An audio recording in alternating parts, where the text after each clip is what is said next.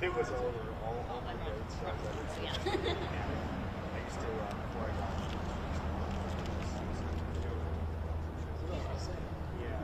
just obviously follow. Okay. We spoke about it yesterday. Just a little fucking moment. Because like, a lot of people have been reading on mine. I never saw this big deal. I was in but then I thought, that's the number one rule right now. I was stuck on something. And I turned down the wrong corner of it. So the one swing. That's a goal. That's the number one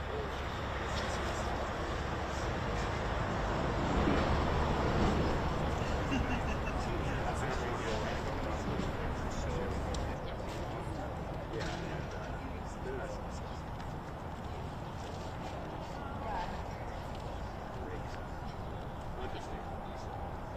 This is a highlight.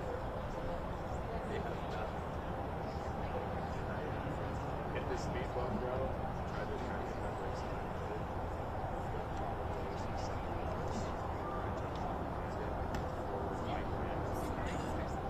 Let's get it in midair. Oh, 100% in midair. Literally upside down.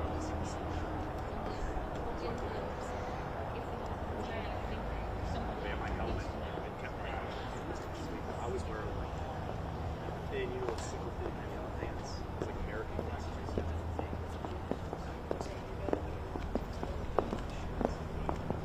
What up, brother?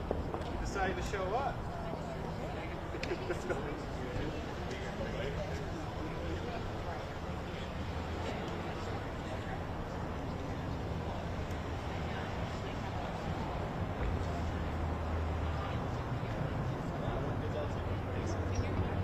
Yeah, I feel like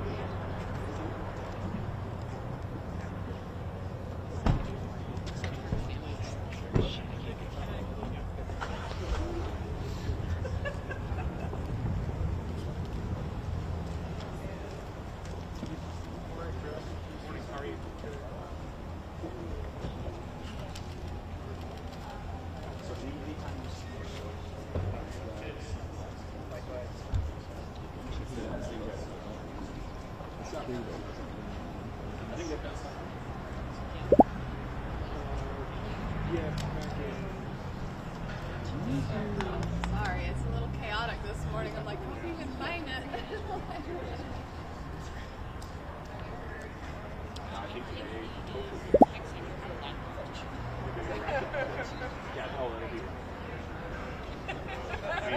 The state rested their case yesterday. I think there's one witness left, right? That's a witness. I couldn't tell you the liability. Try to pay attention. But I'm just listening more and more for minutes. More out of the 6 hours. Yeah, it was so awesome. Just preliminary hearing. Feels like all that came from that is I was right past her into the video. But they're like, more, you're outside, give us more. There's a guy that showed up. He said yes. Imagine he's still sleeping off. I imagine he'll roll back. He just was the type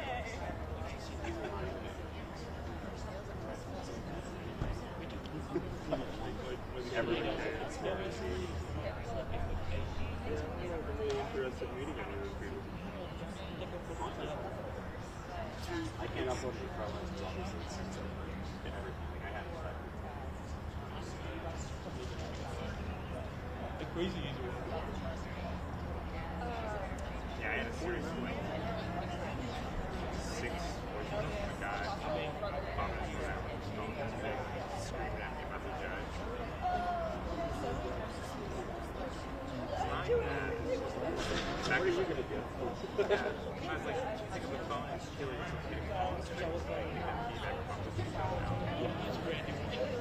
Not a guarantee. I literally said,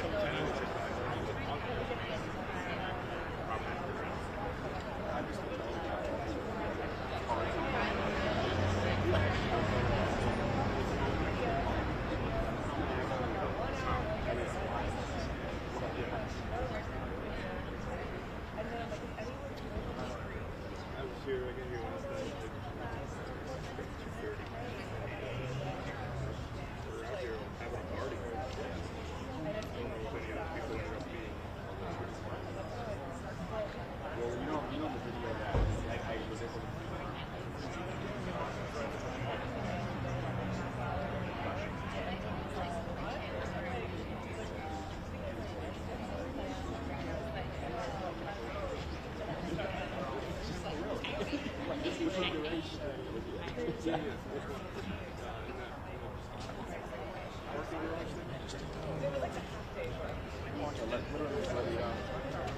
land, this is what it's all about. Journalism. Is it on your record?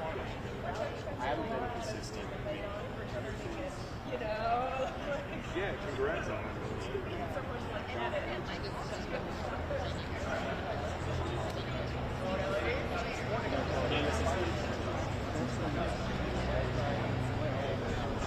She is on a secondary crash out right now. It's kind of entertaining in a way. Watch just go around. I mean,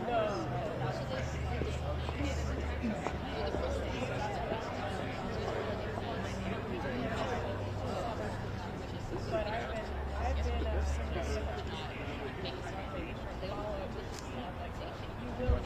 because if it goes to trial, it's going to be so. They won't be.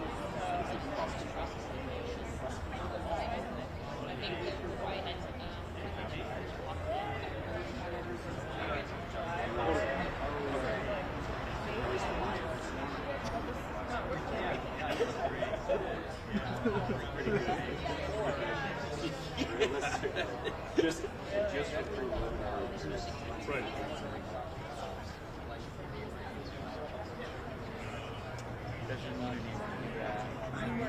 Definitely let us know. I think some people are just like,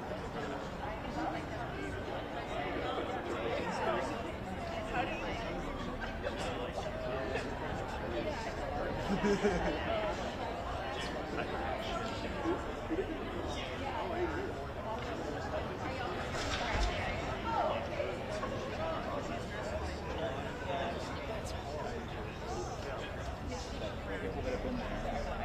So they're trash too.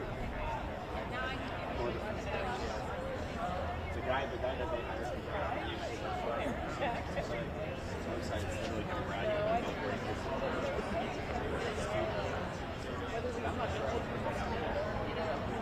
I get that new job.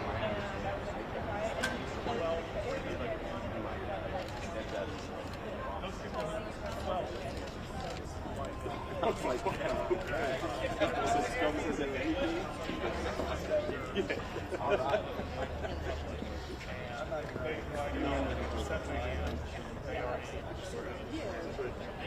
I get it. It's a moral one. just saying. Some people don't have the same moral.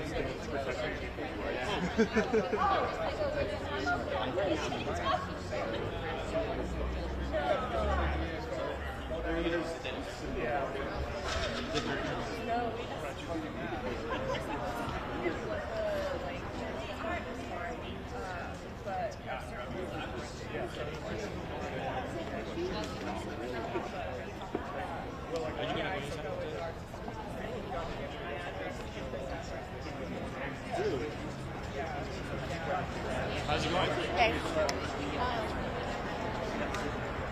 I'm going to call. Really?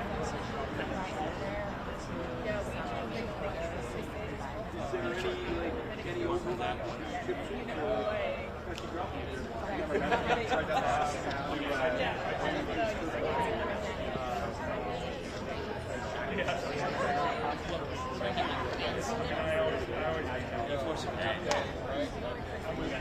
I still brought snacks. I'm like, I don't believe you. I don't believe you. Y'all are yapping.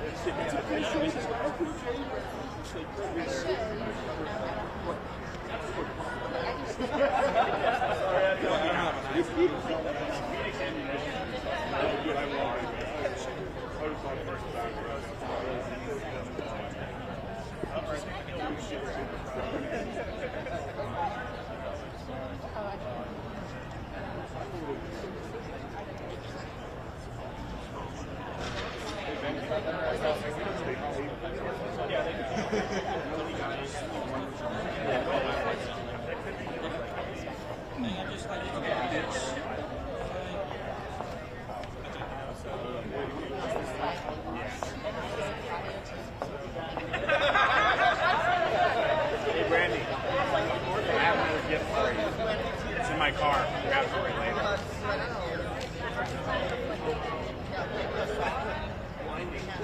And then you start raising his voice. I realize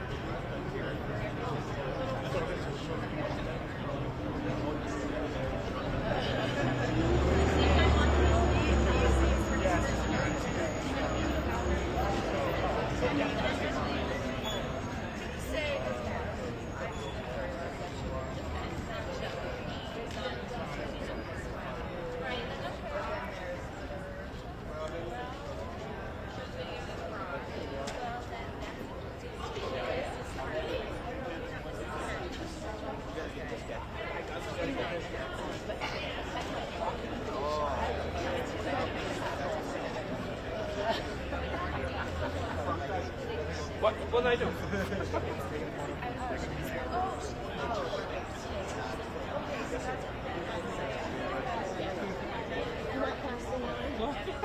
That on my shot.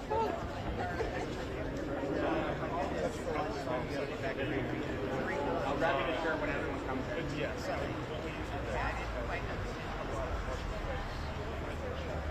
They did ask.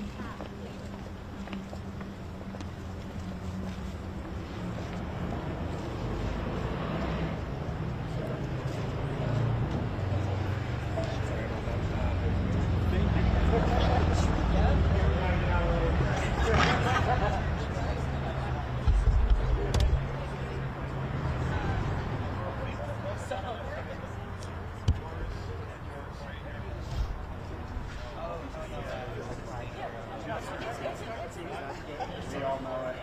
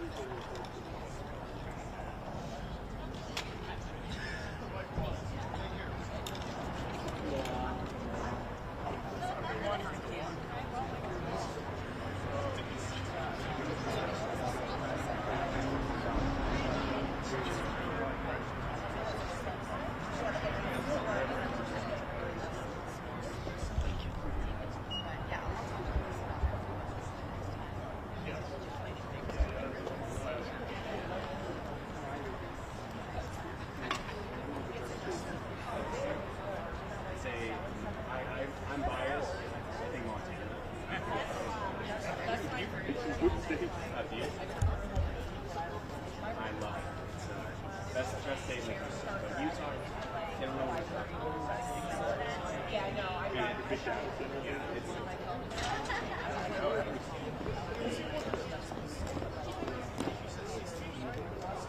When I love the fact that you pretty much has changed. It's, you know, of course, billing, other things, beautiful.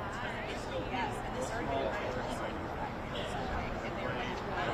Know each other in I'm sitting in my bed listening to Midnight Sun.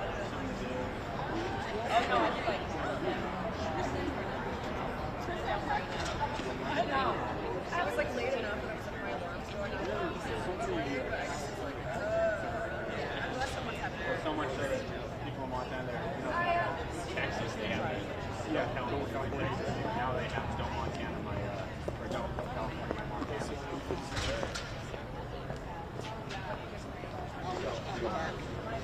We'll be here.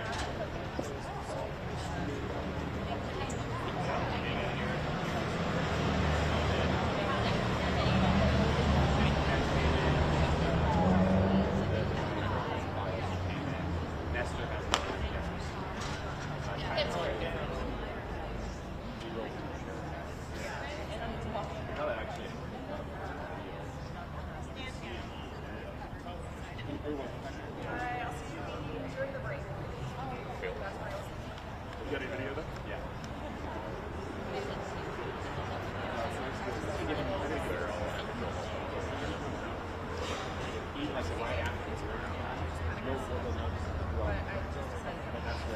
And can you walk through that? And then you go right to the market. He starts coming out before you get down.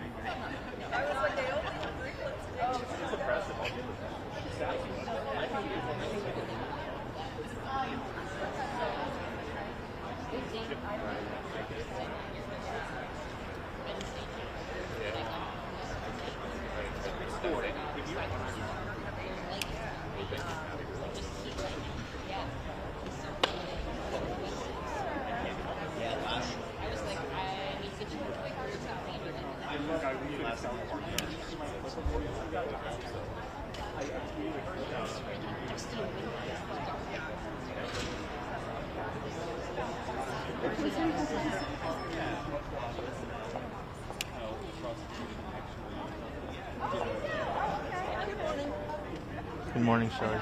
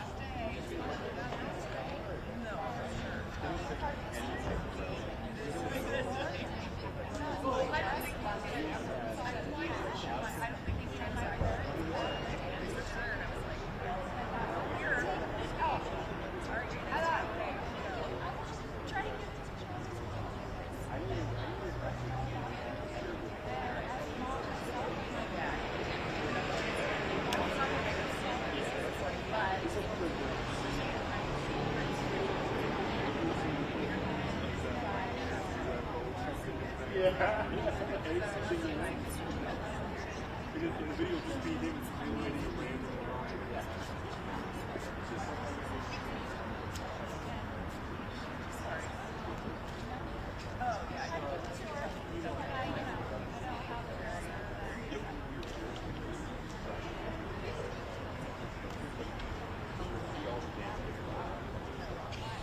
Now they're like, Yeah.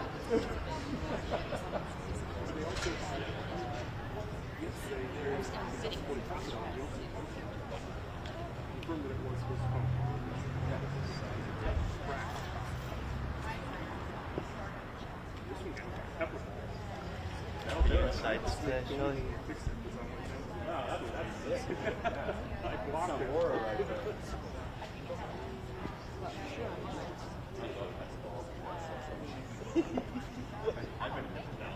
You can think it better.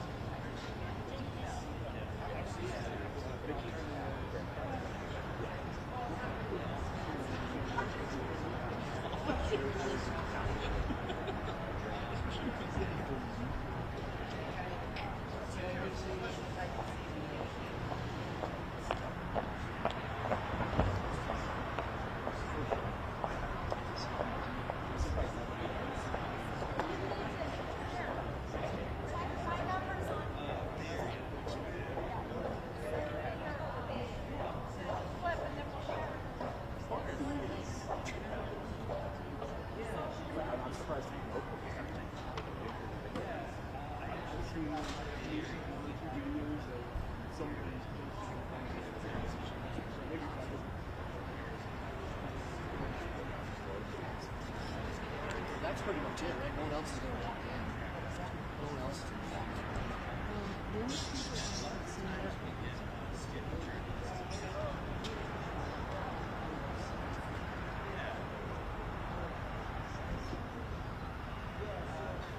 We do. A lot of it's just going back to the main office.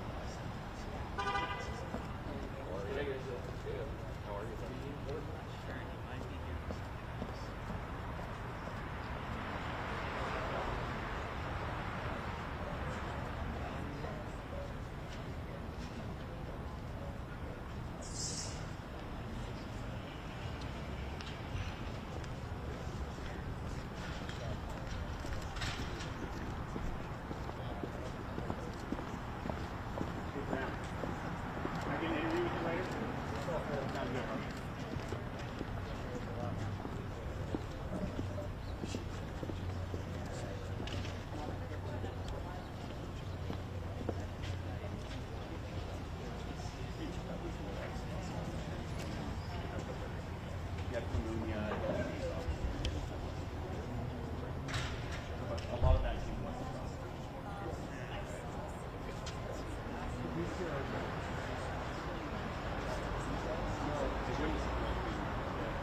Investigator, Munoz was the behind, and then you had the guy with the back there. He had testimony. And he was the one that spoke on the gravel.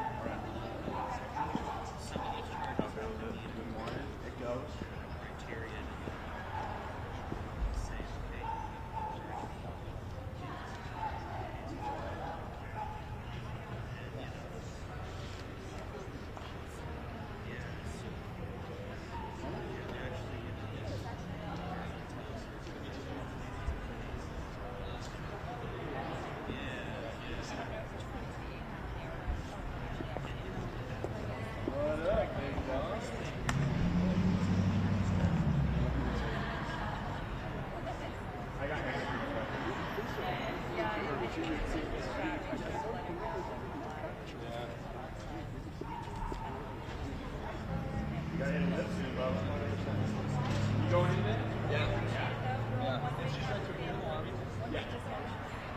Hey, let's have an interview with you.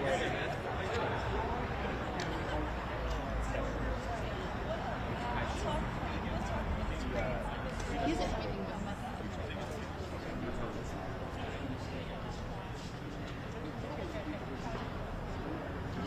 I love that people are actually searching both at the same time. That's pretty good.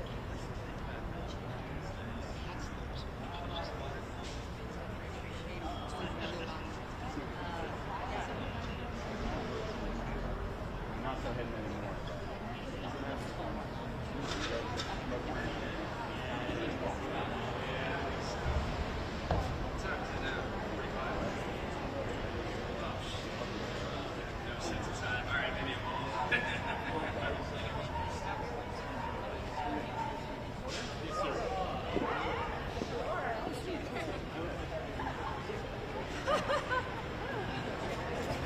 He decided to show up last. This is Ty. He works with me at AP. Oh, hi, nice to meet you. Yeah.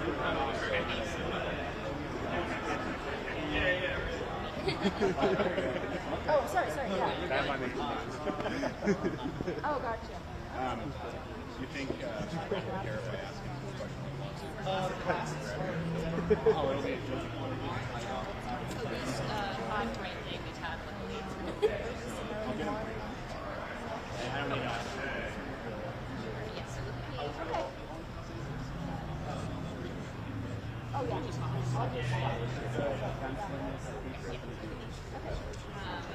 First, start by telling me your name, customer.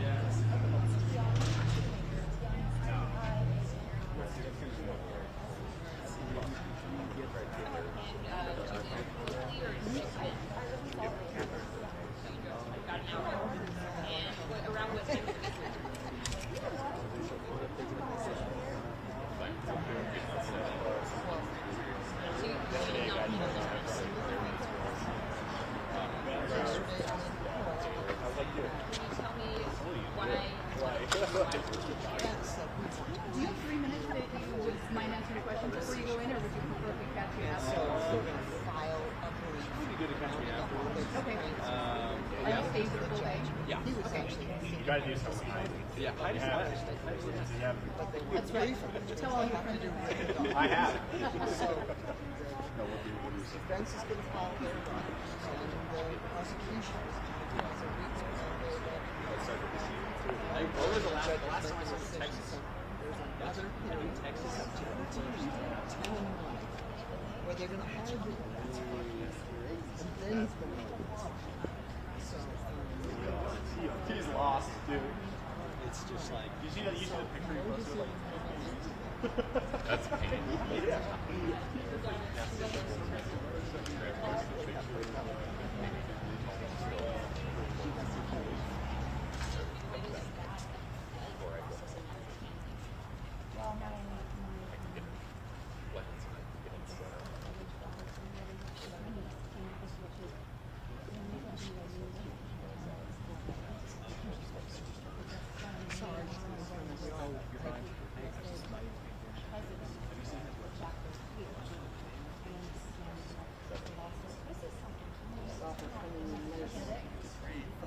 anybody around me.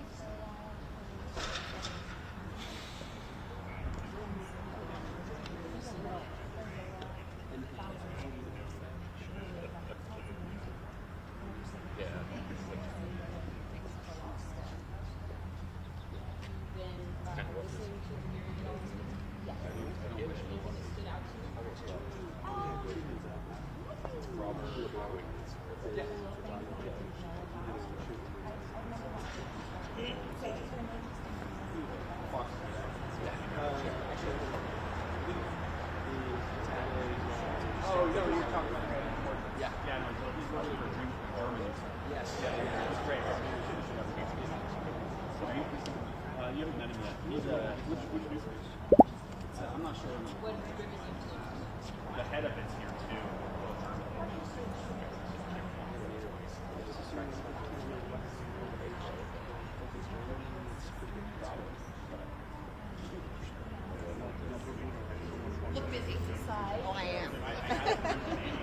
thank you. I'll suck my stomach in. Yeah, but I decided not to.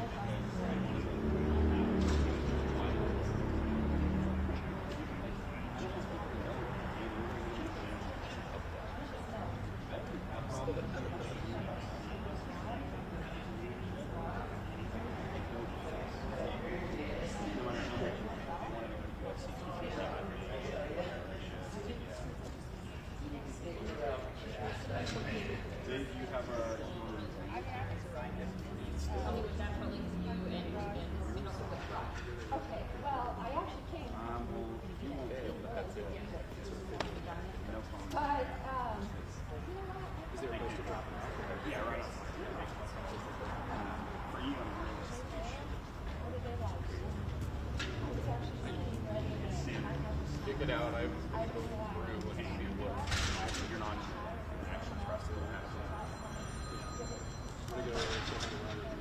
Yes, sir.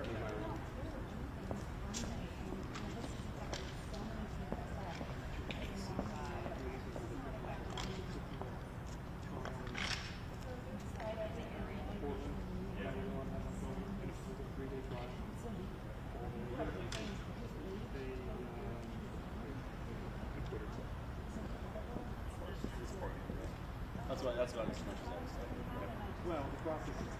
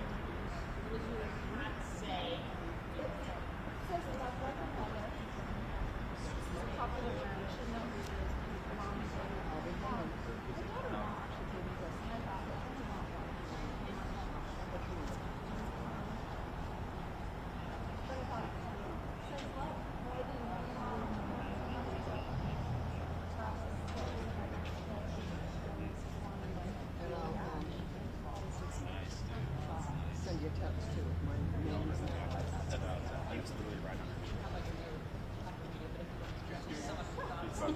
Wow, this is like I don't think they're on the lowest today. Yeah, they were horrified yesterday. I was bummed, man. Brandon didn't get it up in time, so Kevin was the only one that I had such a good video. Just taking responsibilities. Yes, to do it. What?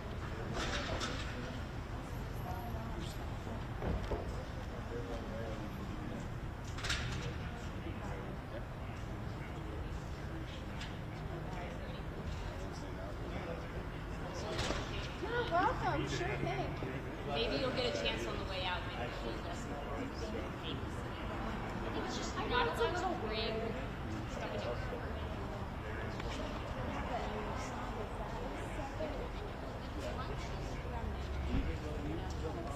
That's a good sign then.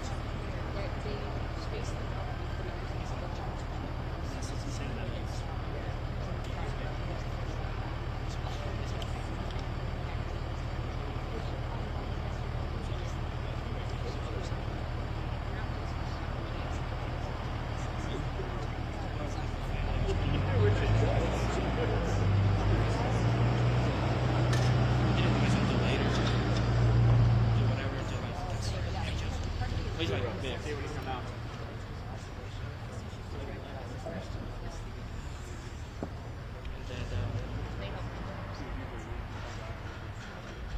I stay here the whole time. I can just go back. I go sit in my car, bro, and take notes on the stream the whole time. Because I have to do a summary stand. I think do that. Go from there. But they usually have a few recesses. The only one that people come out is lunch break, and the only person that comes out is Brandon. Man needs his food, bro. I get it.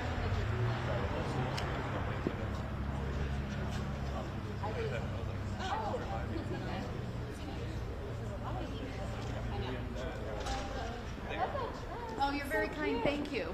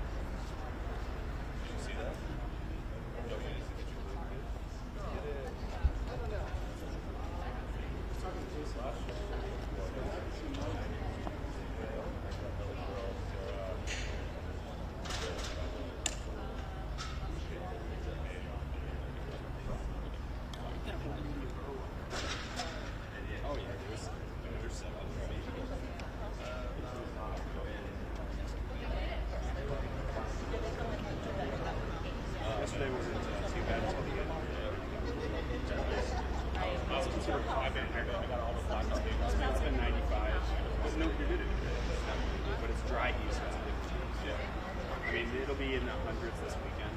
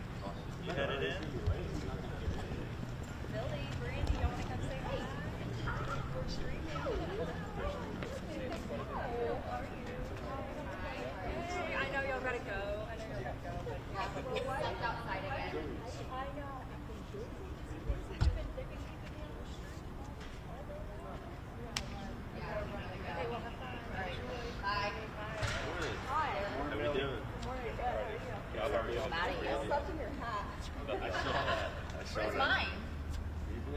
You know this one? What happened now?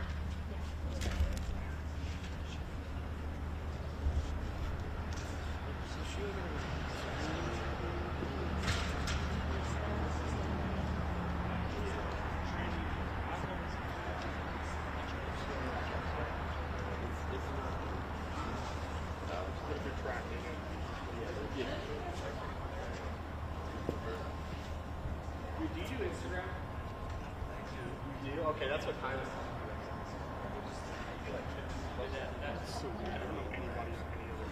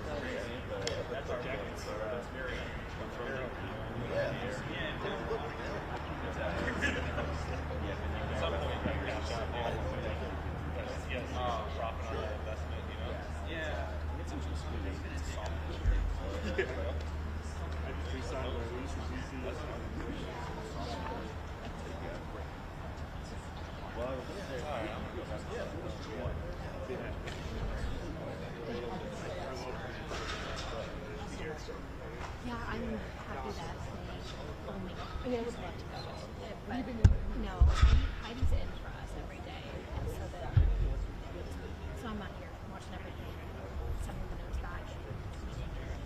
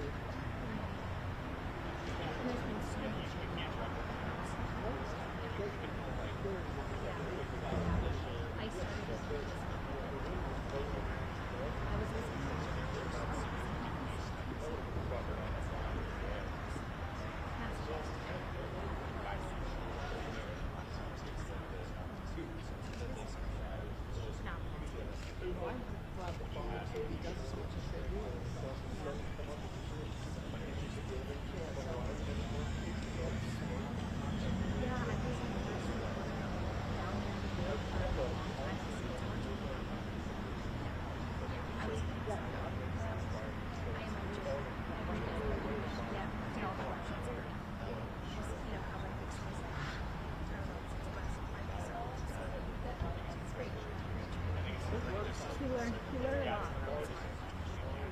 I'm pretty good. Well, I love that. Yeah. Yeah. Yeah, that's good.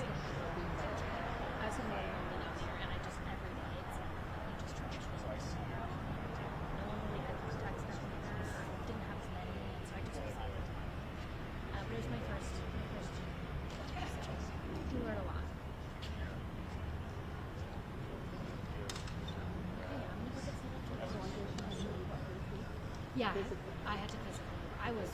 When I signed my contract, I was for a year at St. George and then move you up. It wasn't actually my contract, so I was full-time just waiting for the call to come up. And I was like, so I need to copy on my own, do a photographer sometimes, but we do. I look a lot better when I'm not filming myself, I'll tell you that. I'm like with the viewfinder trying to see if I look okay. Am I in focus? Yeah. It's a nice soft filter.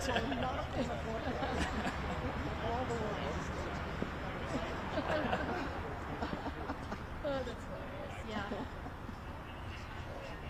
It'd be hard at times. You learn a lot. I think it's easier from there. Okay. Yeah, I don't think 55. yeah, so just like what I'm looking for. Well, we'll see you later. Bye.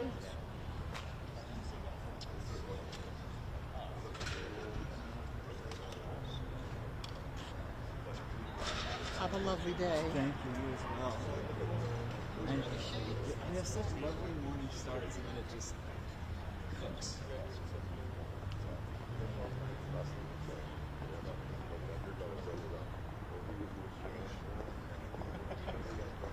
So I was done as an 18.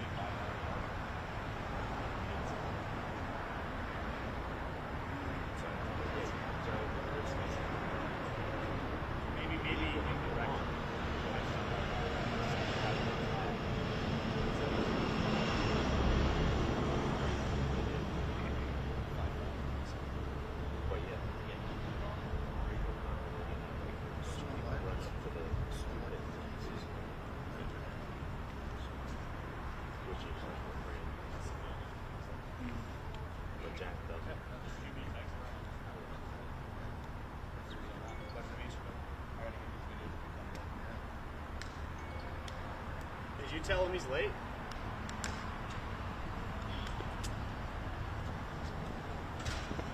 He's not gonna be able to get in. I know he's been. It's not good.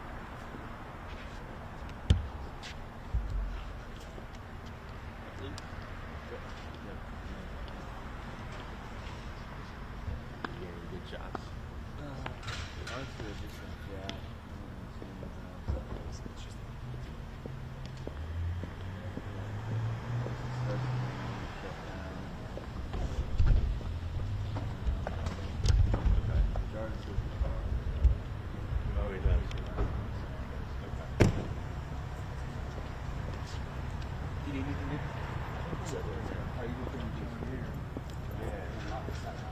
What's up, bro? How you doing? I don't think I missed your first day.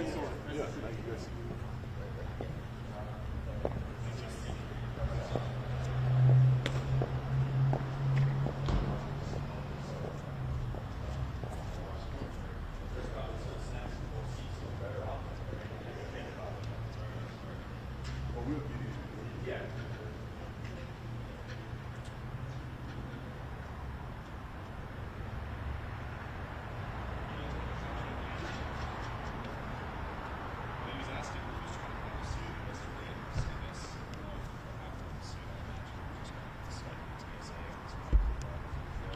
I can't see Benny getting a suit.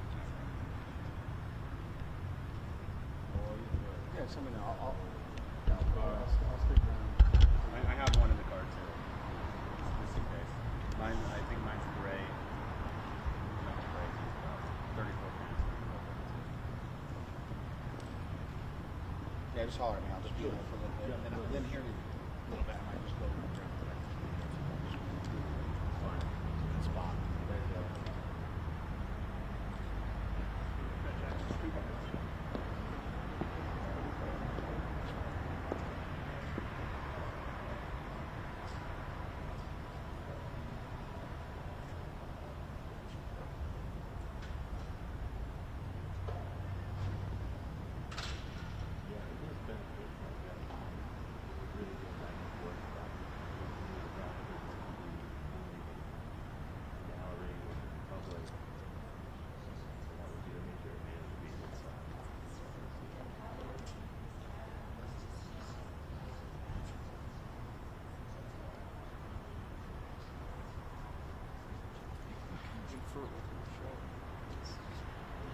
You see a lot more significant.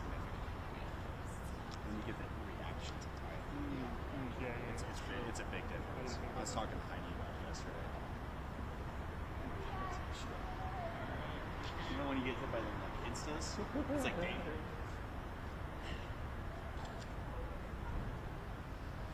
It's hard to get back to DC, you know, after being in a place like this. That part of me that just needs to go, you know, camp on top of the mountain for a moment. Turn my phone off. Right. Yeah, I was trying.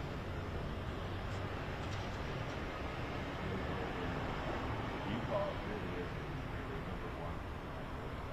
There's just there's a ton of people at this point. Vail, same way, it's just overcrowded.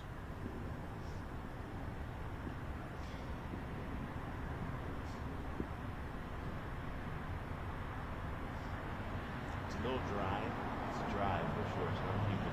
Yeah, if you're coming from Tampa or DC. Yeah. Yeah, I've been getting like nosebleeds all week. Are you serious? Really? Well, not like when I had one day. But yeah, man. No mountains.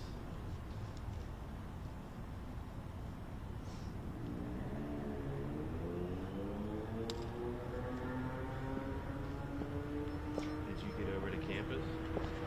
No, I've been there. I'll go there. It's only 10 minutes. I'm like, up here and this, I'm like, just right over here. So you've got to show them. I don't really look at anything until I'm here today because I'm close. I don't know if they want me Okay. across. Okay. That's Say- what probably. That part would be interesting.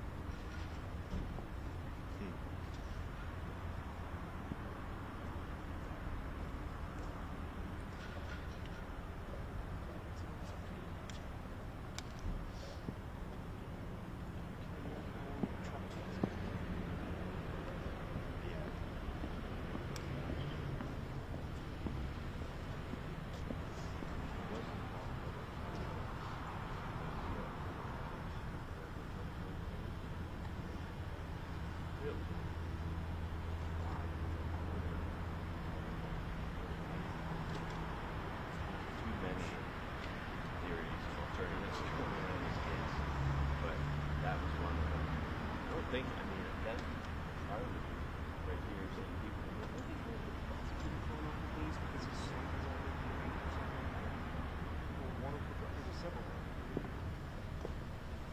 They've been trying to play lots of games.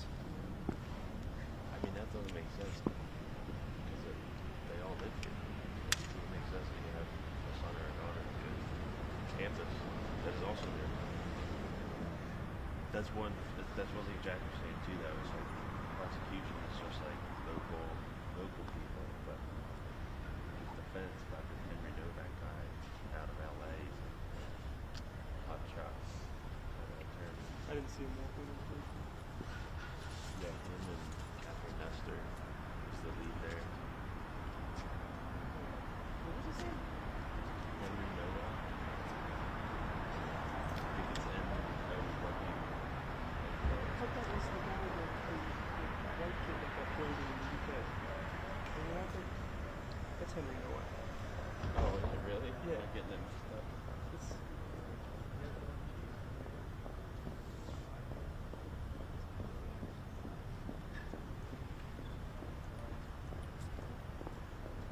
I can't really see.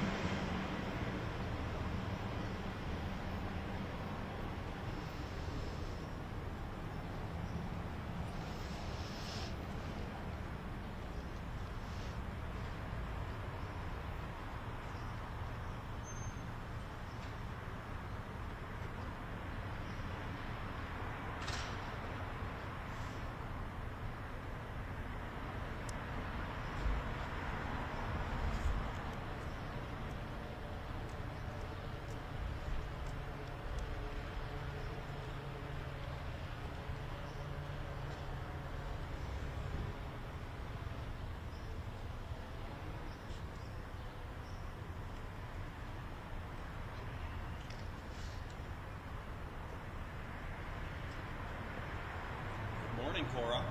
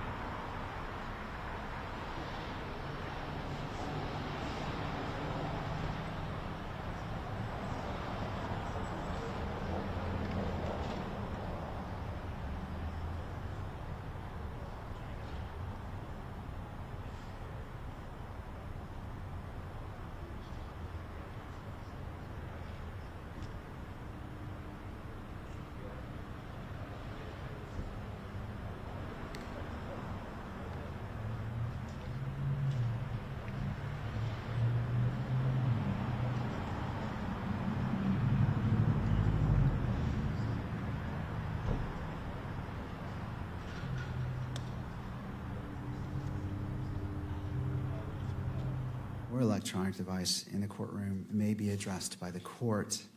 For those individuals who have a cell phone, I invite you to join me as I silence my cell phone to ensure that the proceedings today can proceed without distraction. The court also expects every person in attendance will be treated with the dignity and respect to which they are entitled. Consistent with this court's standing decorum order, all spectators shall remain quiet, civil, and orderly at all times. Spectators shall not engage in conduct that is distracting, disruptive, provocative, disrespectful, uncivil, or threatening in any manner. Spectators shall not make audible comments of any kind, shall not shake or nod their heads, and shall not make gestures or of other visible reactions during the hearing. Spectators shall also not wear or display pins, buttons, signs, clothing, photographs, or other items expressing support for or in opposition to any person connected with this case or expressing any position concerning the status of this case as a capital offense. The court appreciates the cooperation of all present in maintaining a courtroom environment that is safe, respectful, and orderly, and faithful to the rights and dignity of every person involved. All right. My understanding is the parties wish to address an issue before we get started. Is that correct? We may. Mr. Novak. Thank you, Your Honor, and good morning. I passed up to the court after providing copies of it to counsel for the state and counsel for the media, a single piece of paper. Does the court have that? I do. Thank you, Mr. Novak. Thank you, Your Honor. So every morning this court has a colloquy with the camera operators about their ability to comply with this court's orders. And they acknowledge that they understand the order and that they can comply with it. And the court asks them if they have any problem with it, and they state to the court that they do not have a problem with it. We also spent many, many, many hours of court time addressing which exhibits will and will not be published through the electronic media. And this exhibit, the court ordered would not be published through the electronic media, and it was. And without belaboring the point, the court can imagine our concern that the media and the state who control this exhibit and the publication of this exhibit in the courtroom as per the court's orders failed to comply with this court's orders after all of the effort that we made and the court made to make sure that the court balanced everybody's rights, including the rights that we're concerned about, which are Mr. Robinson's. No doubt the counsel for the media and counsel for the state will say that it was a very, very brief mistake, that it was corrected as soon as they realized the error, but it's done. It's out there, it's photographed. I'm informed secondhand that if I want to buy this image and maybe even have it framed and put behind museum quality glass, I can do so and put it up in my office. Obviously, I'm not going to do that. But my point is, it doesn't matter how long the court's order was violated. When we live in an electronic world, it's done and it's permanent. And we just wanted the record to be clear that we're concerned that the court's orders have been violated, and they've been violated with respect to an order that was specifically designed to protect Mr. Robinson's right to a fair trial. And I don't want to belabor the point any further. I'm also not going to refer to the exhibit with any more specificity because it's not necessary. Is there a requested remedy or potential sanction that you feel is warranted given the actions which you have outlined this morning? I think that we would like to think, when I say we, I mean Mr. Robinson's counsel, about that. We have, as the court knows, repeatedly asked this court, moved this court, not to have electronic broadcast of this proceeding, of any of the proceedings and specifically this proceeding. The court denied those motions and overruled our objections to the specific EMC requests.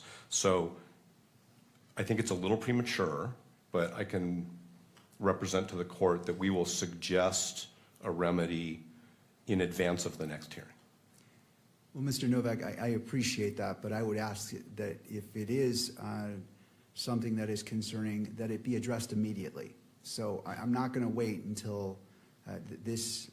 I recognize and appreciate what you have described, and this was on my mind a lot last night as well.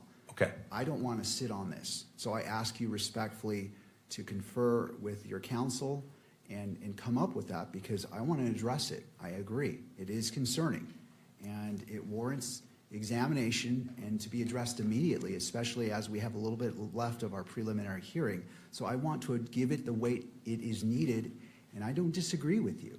Then why don't we beg the court's indulgence?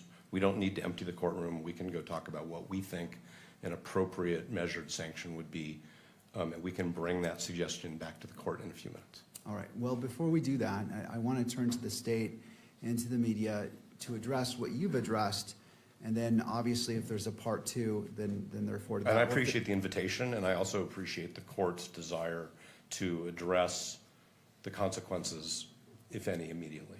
Thank you, Mr. I was Novak. not trying to delay it. I just think it's an issue which warrants some thought. The court has said it gave it some thought. We will have a suggestion very briefly. Thank you. Turning to the state.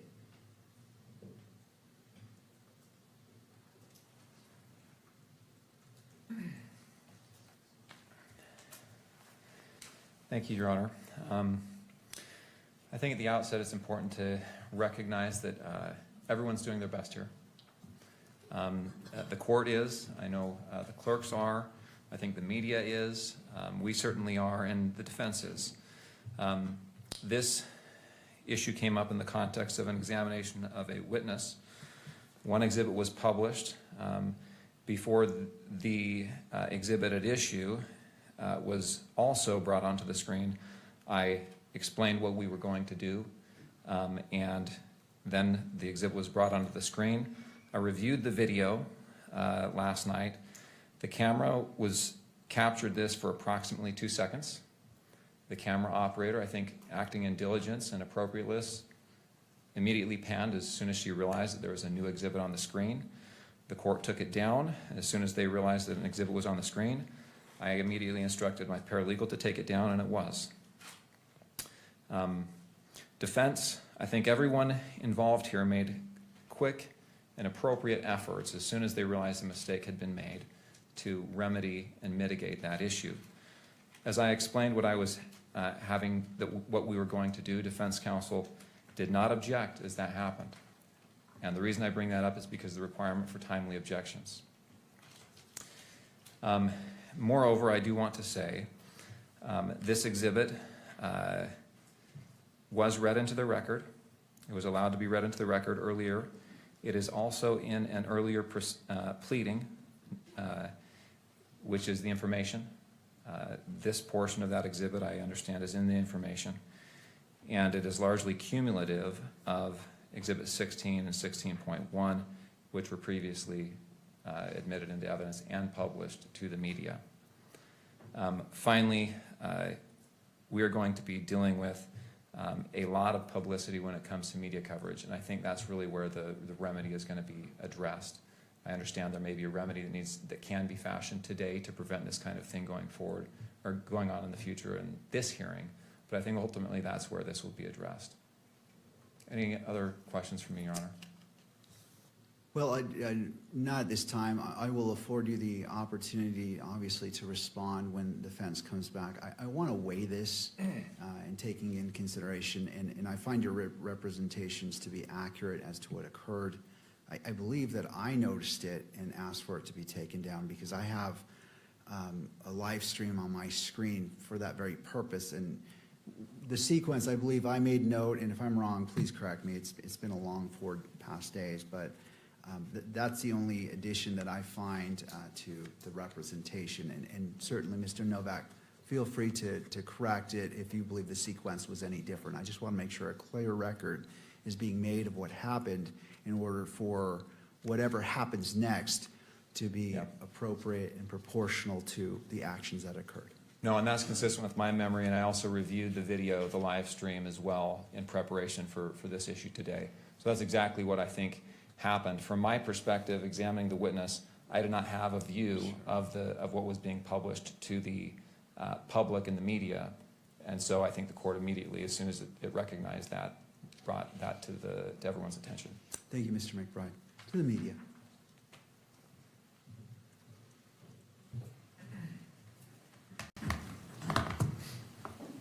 Good morning, Your Honor. Good morning.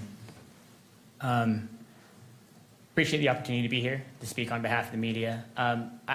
I think our understanding of what happened is consistent with what both the defense and the state have said here. So I don't want to belabor that point. But here's how I understand them. There's two exhibits at issue. Those exhibits were used yesterday in part because the juxtaposition of those two exhibits might have provided some sort of benefit to the court. The first of those exhibits was asked to be published through all three of the court's phases. The court said it will be admitted into evidence, be shown in the courtroom, it will not be shown on the cameras. That happened about 3 hours into the hearing. That all went smoothly and well. That operated exactly as it is intended to. That requires the participation of everyone, the court, the defense, the state, media, camera operator, all to do that well. Later in the day, when in the video I reviewed, this was about 5 hours into the runtime yesterday. The second exhibit that was going to be compared side by side was introduced. That also went through that three-step process. In that case, the court said that that could be admitted into evidence, shown to the court, and then also shown on the cameras. So it was put on the courtroom cameras. At that point, there was what I think is a useful practice by the camera operator to wait a beat, because sometimes mistakes do happen, right?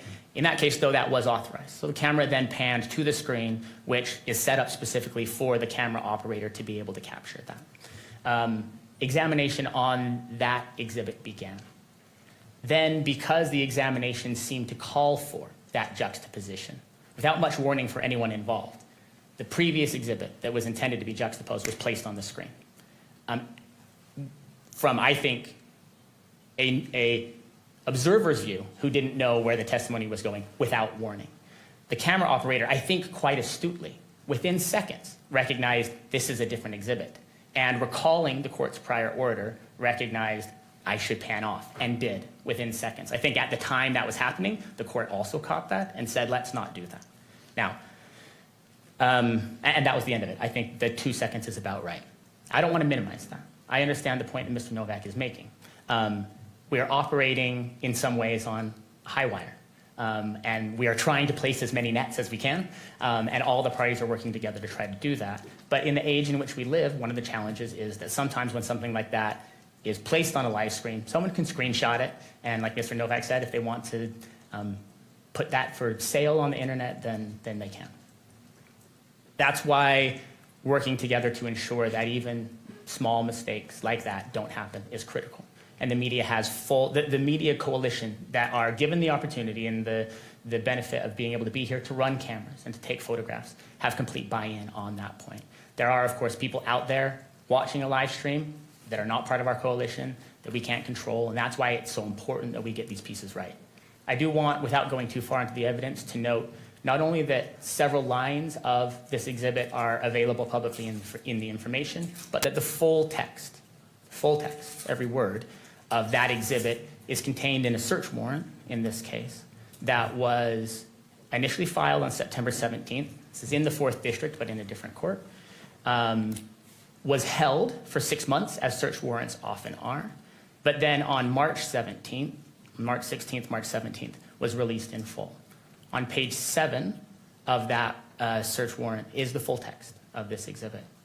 I don't want to suggest that anybody gets the right to say, well, I think it's public. The court has said don't show it in the screen, but since I think it is, we'll just come back later on and tell the court it's not a big deal because it's already public. That's not how it works. If we say we think it's in the public, the court says, I understand that, but I'm going to make an order. That order should be adhered to. But I do, for the purposes of prejudice, for potential remedy, for the court's concern and the court's sleepless nights, I do want the court to know that as well. And members of our coalition have pointed out to me as we've talked about this, while we take this very seriously, it is true in this case that the full text of that, not the image of the exhibit itself, but the full text is already in the public sphere, has been reported on, and is out there. I only want to reinforce, to close, the recognition that the media, our coalition, I, as an attorney for that coalition, have an obligation to make sure that mistakes don't get made.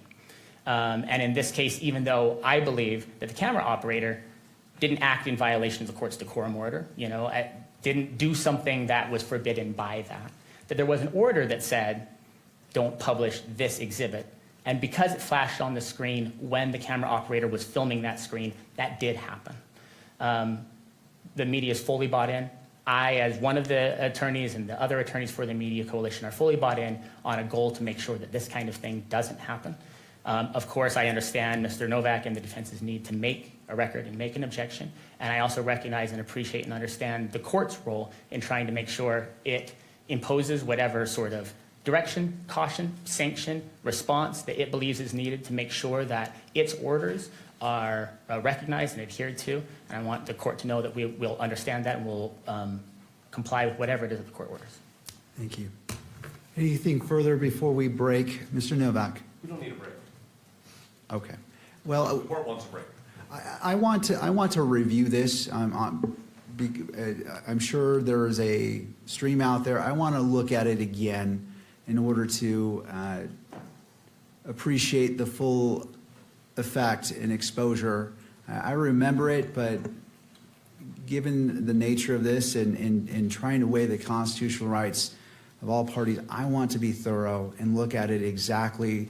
So as we move forward, as I evaluate what's being requested by the parties, that I am at the level of knowledge, and because for what it is, it was on screen. I want to look at it, how long, what exactly was on screen, and in order to be at the point of saying, okay, I fully understand. I mean, I was here, I saw it, I noticed it on the screen, but again, I want to take that extra 2 minutes to review that. I'm not suggesting that we rush through this at all. I just wanted the court to understand that our request for the remedy and the sanction, we are prepared to share that with the court, but we can certainly wait until the court has had an opportunity to review whatever the court thinks it needs to review. The permanence of this violation of the court order is a different issue from how long it took to correct the violation. It's a permanent consequence. In other words, that image is out there forever and ever in violation of the court's order, no matter what actions the court, the state, and the media took to remedy it, because that's the technological world we live in. So that's my response, if I may, to the arguments. But we can hold our suggestion until the court's ready for it. All right. If the parties feel it'd be helpful to confer while the court is reviewing it, you may, just so that if you choose to, I encourage it. If you don't, I respect that. A court's going to take about 5 minutes. Again, I just want to review it, to be brought up to full speed and just to have it freshly in my mind. I'm going to make one more point, if I may, and that is this is not the first time that this has happened. We had earlier proceedings in this case where the cameras depicted images inside the courtroom that the court had prohibited, and the court imposed certain consequences on the media as a result of that. And so that's just something to keep in mind, in my opinion, if I may. Thank you. All right, before the court takes a 5-minute recess and to review this, does any party need the benefit of the record based off the dialogue between me and Mr. Novak? All right, not seeing any party respond. The court's in recess. We'll come back at 9:45. Court is in a brief recess.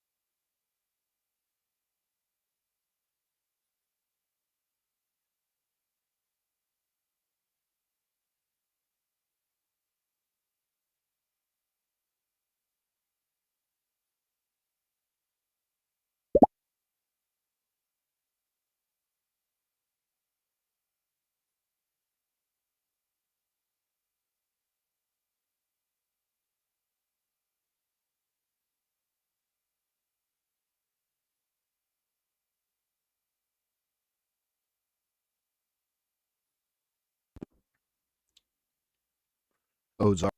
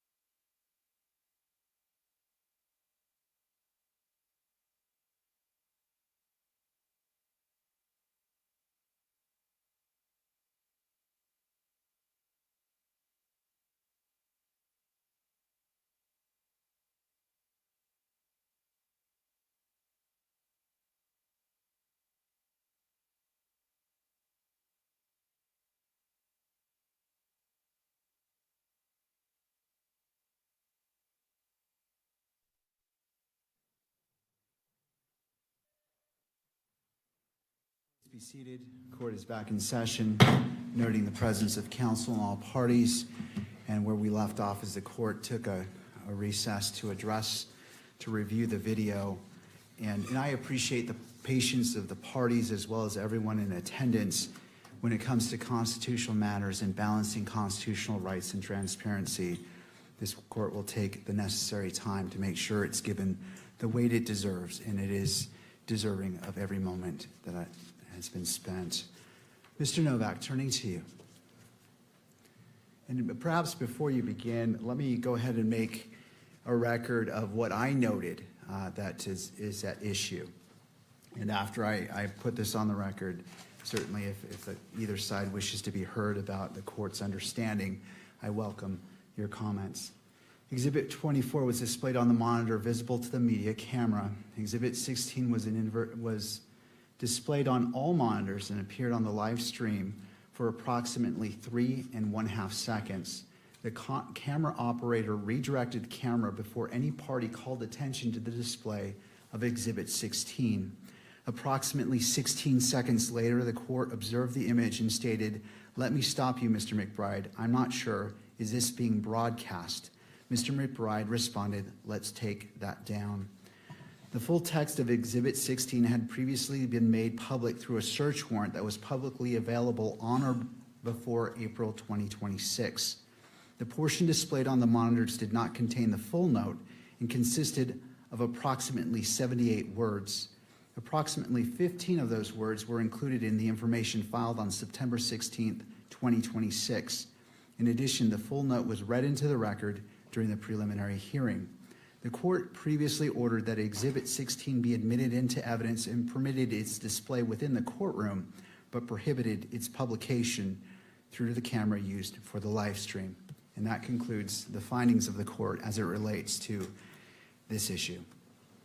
Do the parties wish to be heard before we go into what you're requesting about the record on what occurred? Your Honor, your recitation is accurate. My earlier comments were based on my memory of reviewing this last night. In the recess, I reviewed the feed again, and what you have said today is accurate. Thank you. Mr. Novak, any? No, Your Honor, I don't take issue with the court's factual summary. All right.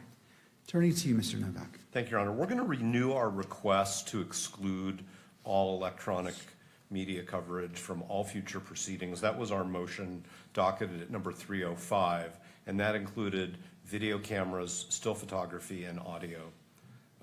This is the second time that the court's orders concerning the scope of electronic media coverage have been violated. I'm a baseball fan, and I just don't think the court needs to wait for the third strike. 2 strikes is enough. If I may, the alternative remedy, which we think is not wholly adequate, which is why we think it's an alternative and a less desirable alternative, is for this court to both reverse its prior order authorizing electronic media coverage of today's hearing, which we had previously filed an objection to after the court, I would say, preliminarily granted the requests for today. That was sort of the chain of events. And that the court proactively preclude electronic media coverage at the last day of the preliminary hearing, which will be September 1st. Now, I understand that there has not yet been a request for electronic media coverage for September 1st, but there is no doubt that there will be. Just as this court previously observed that it wasn't prepared to preclude electronic media coverage at the preliminary hearing because there had not been any requests, there were requests, and those that were timely were all granted. The court denied one request because it was not timely for one particular day. So I guess the way it would be is any request for electronic media coverage of September 1st will be denied because that's the appropriate sanction for what happened yesterday. the fact that the content of the exhibit was previously summarized by the state in certain documents which became public because the state didn't take any actions to seal them beyond the 6-month period. The fact that the contents of the exhibit were read in open court is not the issue. The issue is when the court issues an order, everybody must comply with it, and there are reasons for the order. And the reasons, as this court stated, are to protect Mr. Robinson's right to a fair trial. So no doubt that the court balanced those prior ways in which the content of this exhibit had already been disclosed when the court decided that there would not be electronic media coverage. That's a fact that we have all known of that exhibit. That's a fact that we've all been aware of as we've gone along. So to summarize, and then I will stop because I know we still have a witness here, and of course the court needs to hear from the state and counsel for the media, I suspect, is we would like the court to reconsider its order denying Motion 305 and grant it for the balance of all of the proceedings in this matter, or as an alternative, the court prohibit any further electronic media coverage of the preliminary hearing, which includes September 1st. Thank you, Mr. Novak. Thank you very much. Turning to the state and then to the media.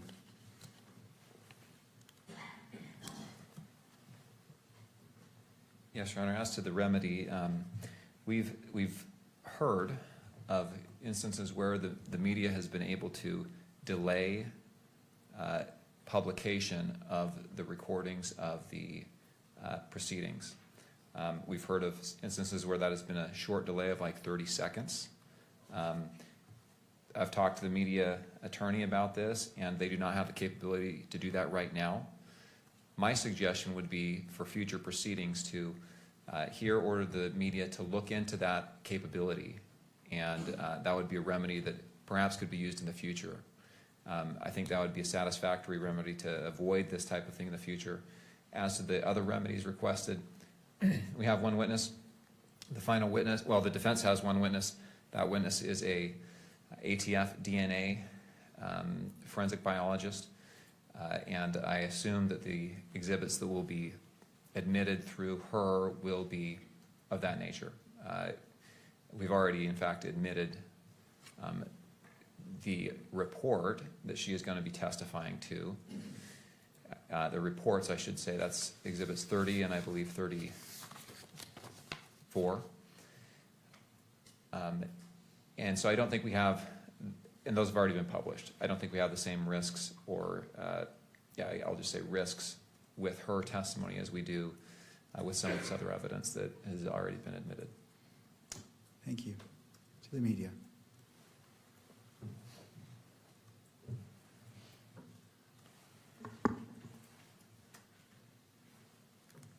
In a proceeding like this, the parties in the court and the media are working together to learn, to refine their processes.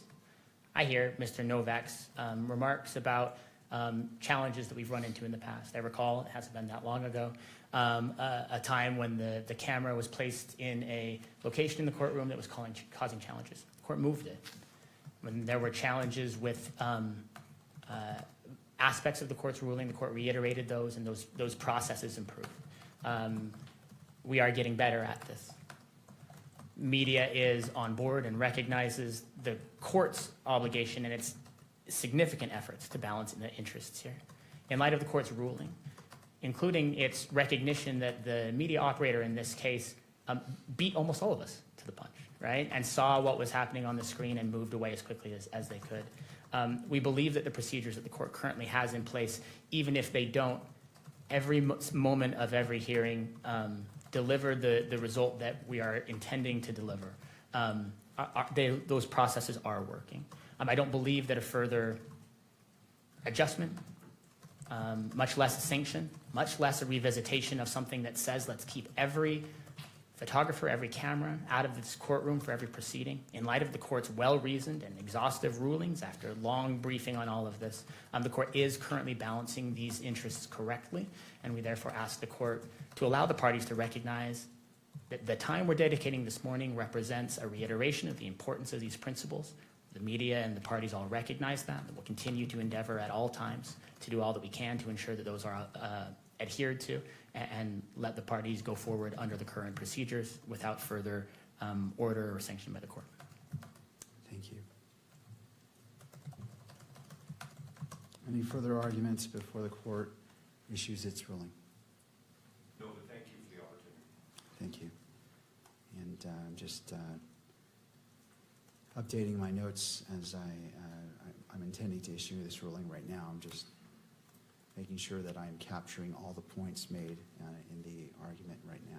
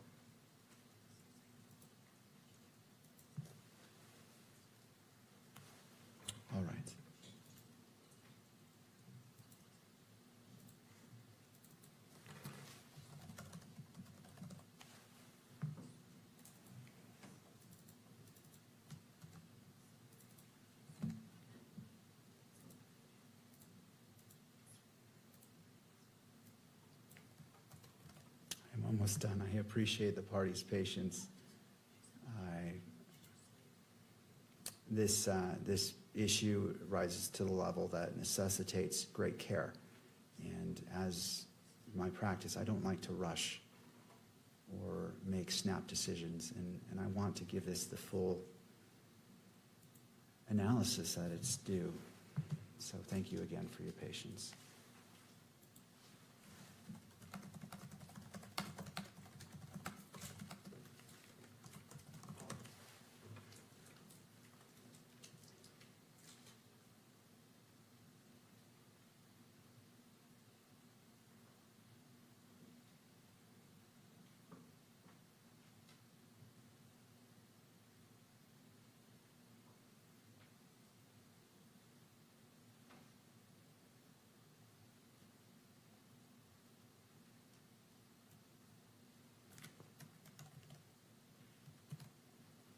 All right.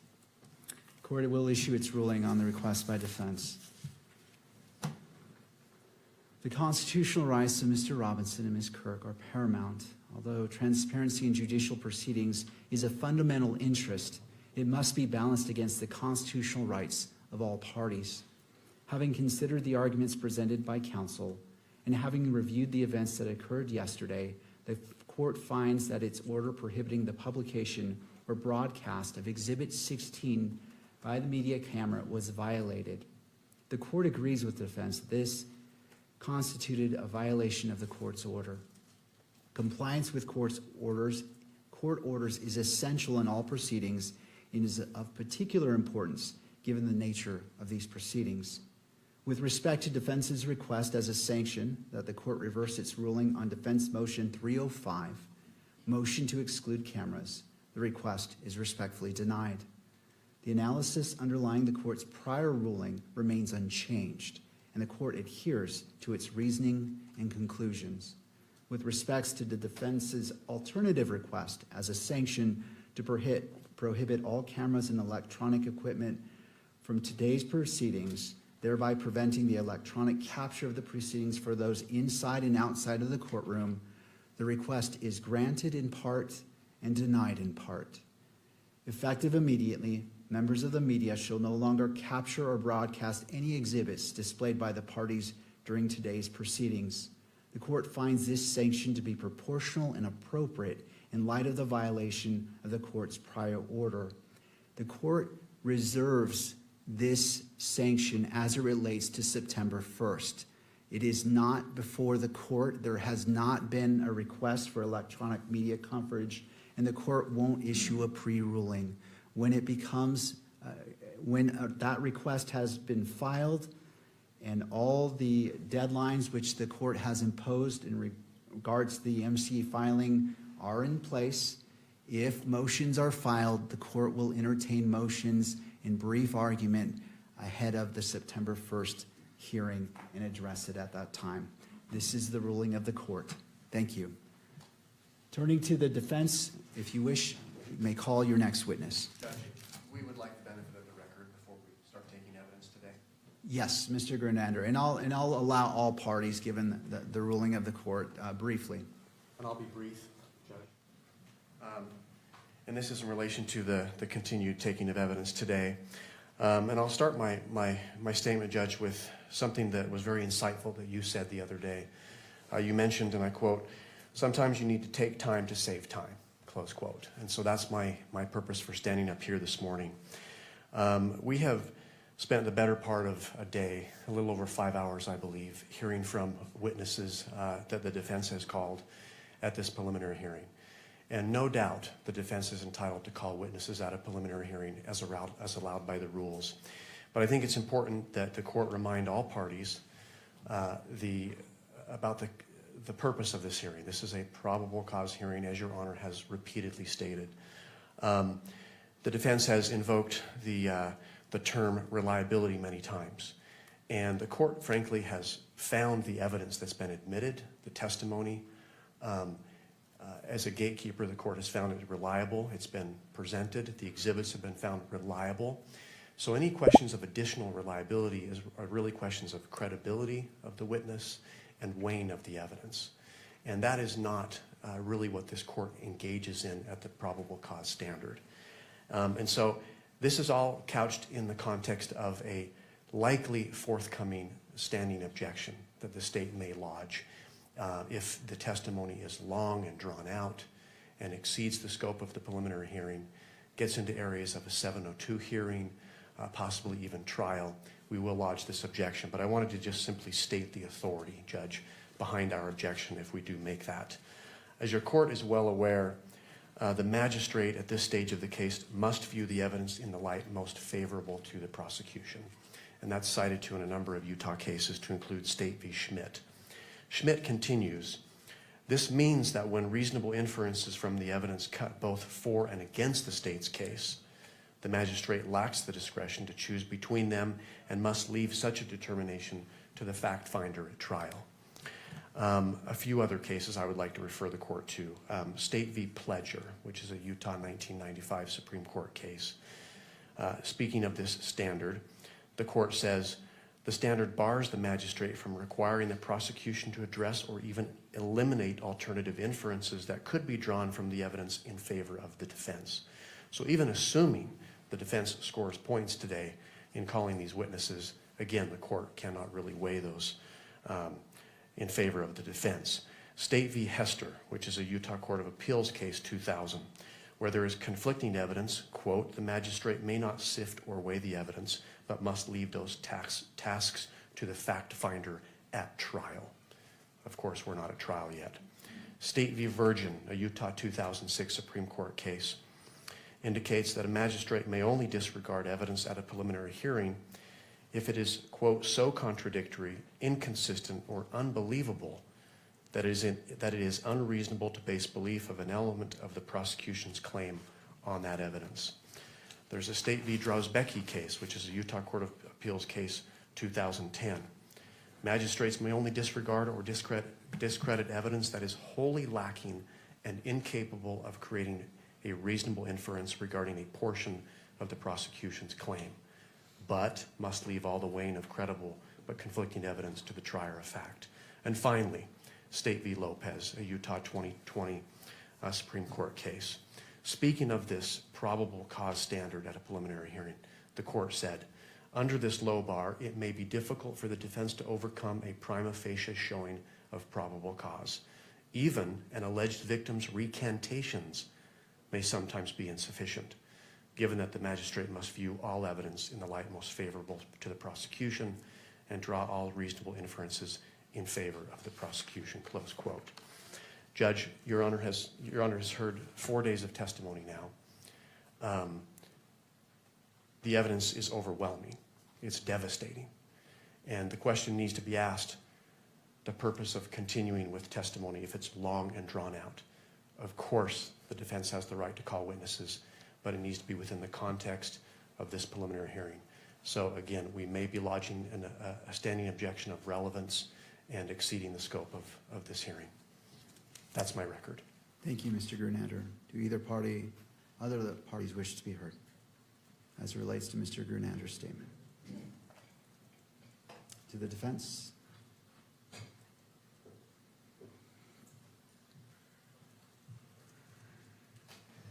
I'm not sure what was being requested by Mr. Grunander.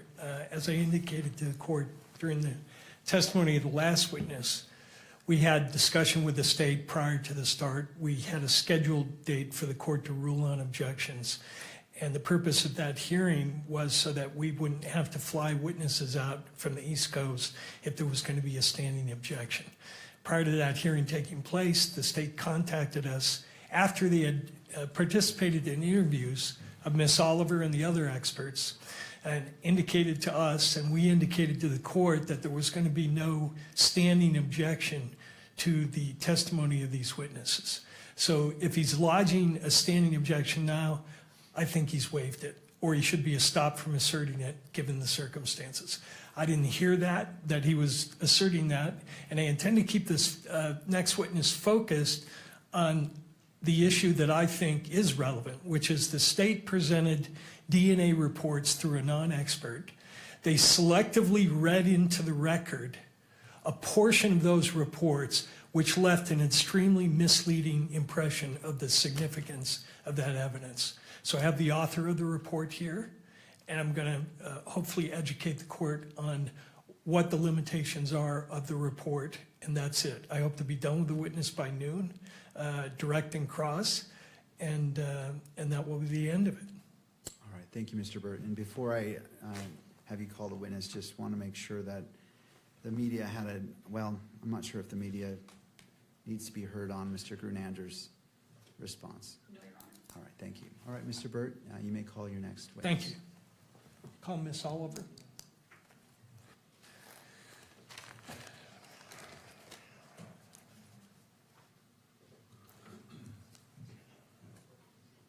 Ms. Oliver, if you'd like to come forward and be sworn in.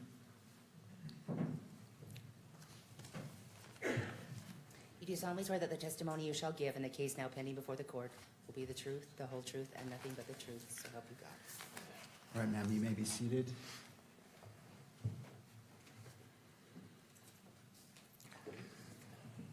And there's a water bottle to your left if you wish. And after you're seated, if you wouldn't mind adjusting that microphone, bringing it close to you to pick up your testimony from today. Mr. Burt, your witness. Thank you. Could you tell us your name, please? Caitlin Oliver, Oliver. And Miss Oliver, could you bring that mic a little bit closer, so I want to make sure your voice is projected. Thank you. What do you do for a living? I work for the Bureau of Alcohol, Tobacco, Firearms, and Explosives as a DNA section chief. And how long have you held that position? I've been a section chief since January, and I've worked with the ATF for about 9 years. Prior to that, I was a forensic biologist. And where were you a forensic biologist before you started to work for the ATF? Prior to the ATF, I worked for Jefferson Parish Sheriff's Office in New Orleans, Louisiana, as a DNA analyst and a DNA quality manager. Back in September of 2025, what were your duties and responsibilities? I was a forensic biologist. And do you recall that around September 11th, you received a request to do some DNA work at the request of the state of Utah? Yes.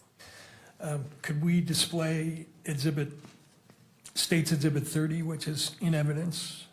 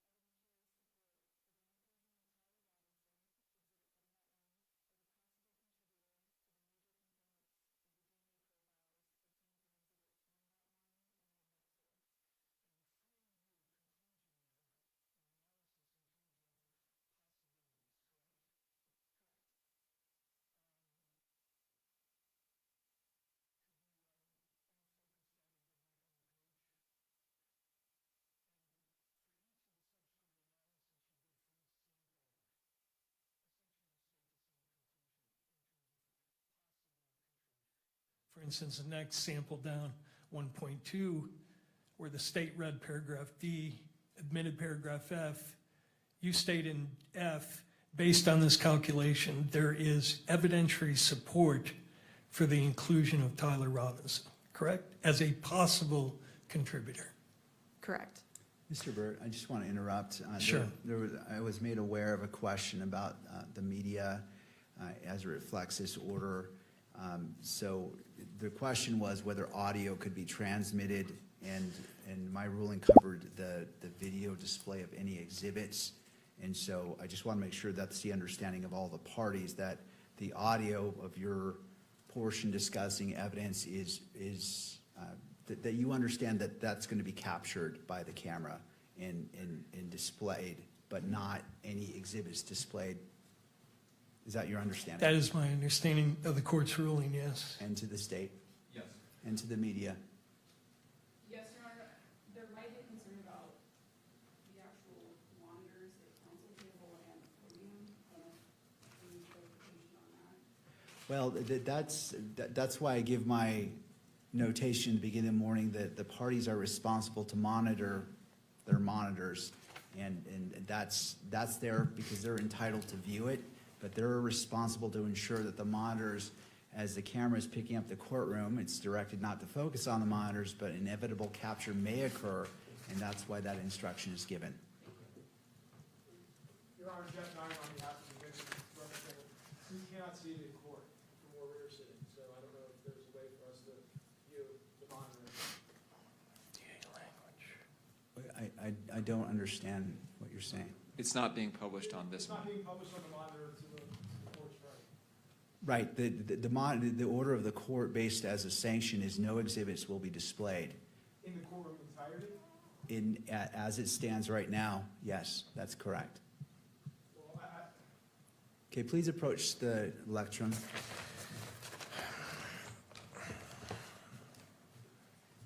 Your Honor, it's just hard for the victim's family to be able to follow the evidence if everyone but the victim's family is able to view the exhibits here in court.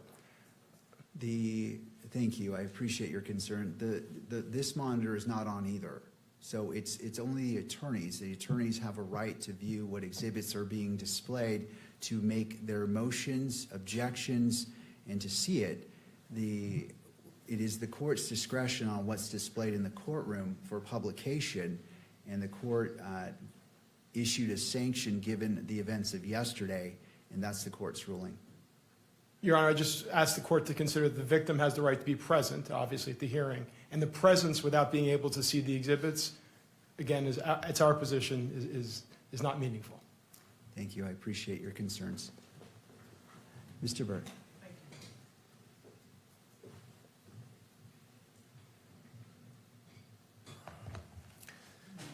Could you redisplay Exhibit 30, please?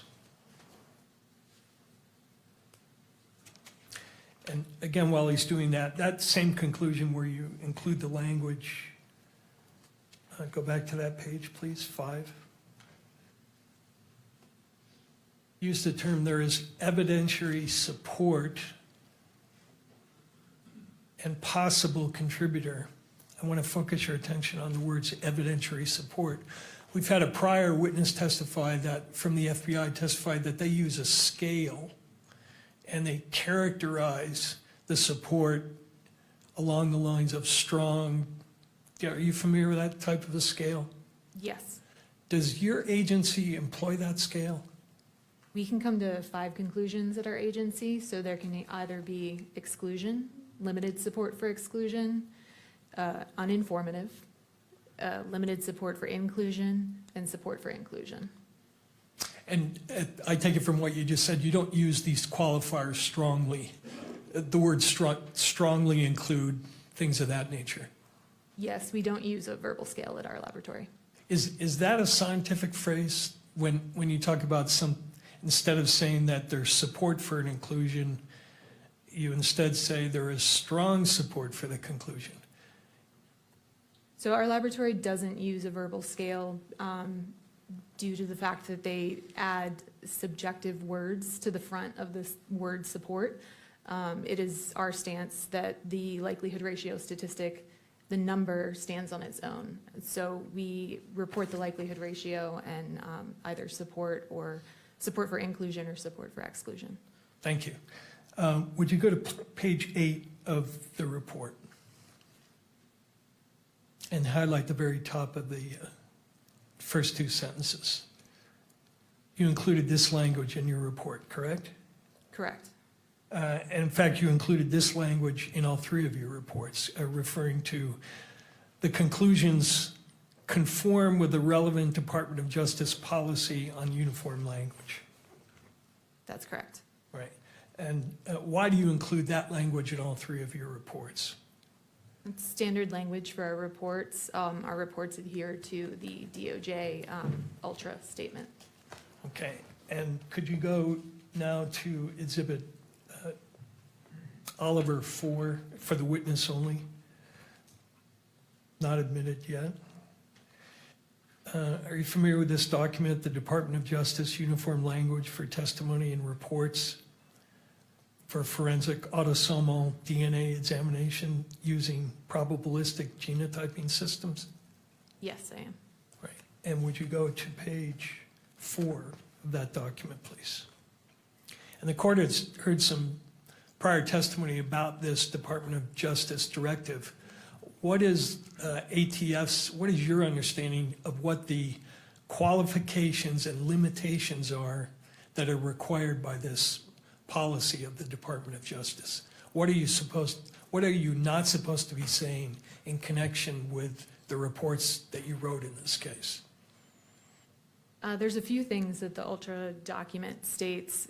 First, it states if you use a verbal scale, which we do not, then you need to use the one dictated in the document. This is in an effort to unify the language coming out of DOJ laboratories. It also says that we cannot state that our evidence is infallible, nor can we state that there is a inconclusive result. Shall not state that it's infallible or have a 0 error rate, correct? Correct. It also states, does it not, that you shall not assert that a likelihood ratio of any magnitude provides an absolute identification or source attribution of an individual to an evidentiary sample. Correct. And are your reports in conformity with that? You're not stating or implying that anything you did here is asserting an absolute identification of someone as the source of any of the evidence that you examined, correct? Correct. With forensic evidence, it's impossible to state with 100% certainty anything. That's why we report a likelihood ratio, to speak to that uncertainty with a statistic. All right, and would you go to the next page of that document? This policy requires that you not state or use the expressions reasonable degree of scientific certainty, reasonable scientific certainty, or similar assertions of reasonable certainty. You didn't do that in any of your reports, correct? Correct. You're not asserting anything with respect to any reasonable degree of scientific certainty. Correct. Correct. Now, when you can take that down. When did you first receive the assignment in this case? I would have to refer to my case record to know the exact date. Do you have those in front of you? I do not. Okay. Let me pull up Oliver 3 for the witness only.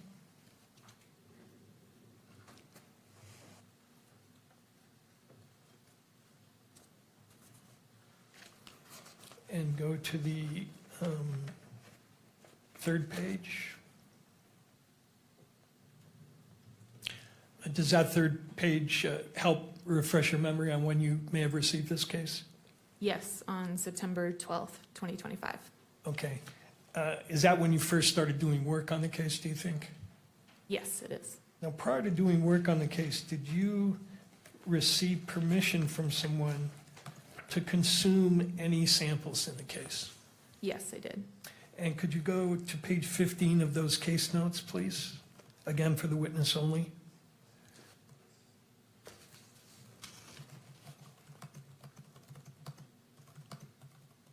Do you recognize this email? Yes, I do. And can you tell me what the email is and what information it conveyed to you in connection with your examination? Yeah, so it's standard procedure at our laboratory that when we receive a case, we request permission to consume from the agent. We request that they reach out to an attorney if one is assigned. In this case, we will not begin any work on the case until we've received that permission to consume. So this email is us receiving permission to consume the samples and move forward with testing. Now, does your policy have, does your lab have a policy for preserving samples for independent testing by the defense? Where possible, we will not consume samples where it's possible. And that policy is a longstanding one, not only in your lab, but pretty much everywhere in forensic DNA analysis, right? That's correct. Goes back to 1996, does it not, when the National NRC recommended a policy that samples be split wherever possible at the front end of the analysis to allow for independent examination. Where possible, yes, that's correct. Right, and they did that because it was their conclusion, was it not, that a wrongfully accused person's best insurance against a possibility of being falsely incriminated is the opportunity to have the testing repeated. Such an opportunity should be provided whenever feasible. Correct. Okay. Could you now go back to Exhibit 30, page 8?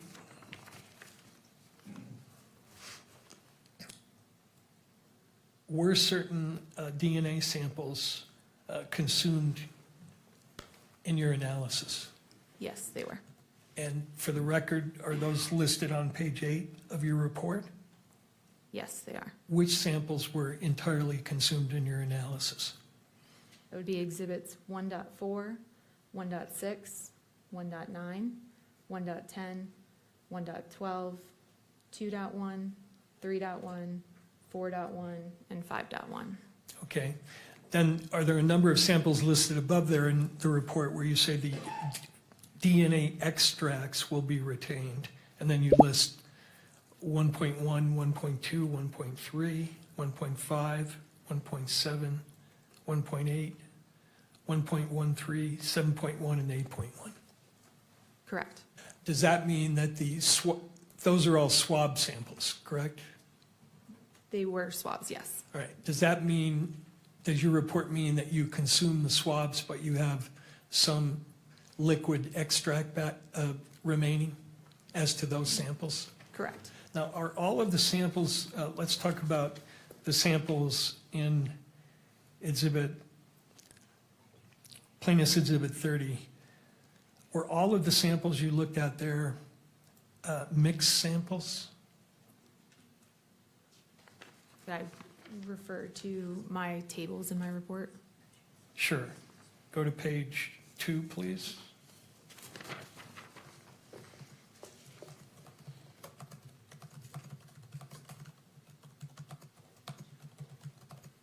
And can we go to page 3 and 4?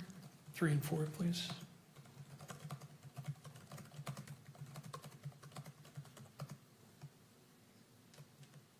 With the exception of the known samples from the known individual, that was a single source sample, but otherwise the evidence samples were all mixtures. And in many cases, they were mixtures of sometimes 4 and 5 people, correct? Correct. Now, when you look at mixtures, such as the ones in this case, you use terms like major and minor contributor, right?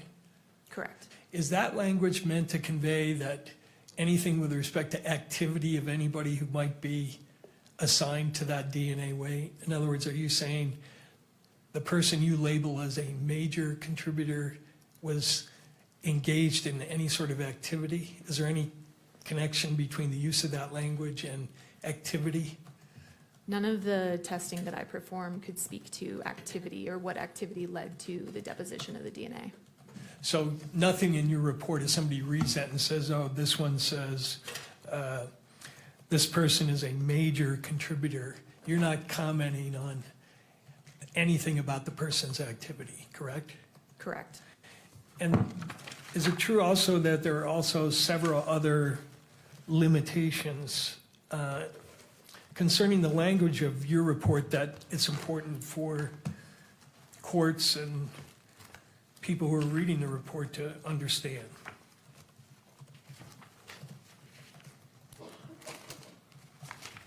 I'm sorry, what was the question? Are there other limitations in addition to the one we just reviewed that it's important to understand about the language you use in your report? In terms, is there something specific that you're? Yeah, there is. Could you go to Baker Exhibit 30, page 1, for the witness only?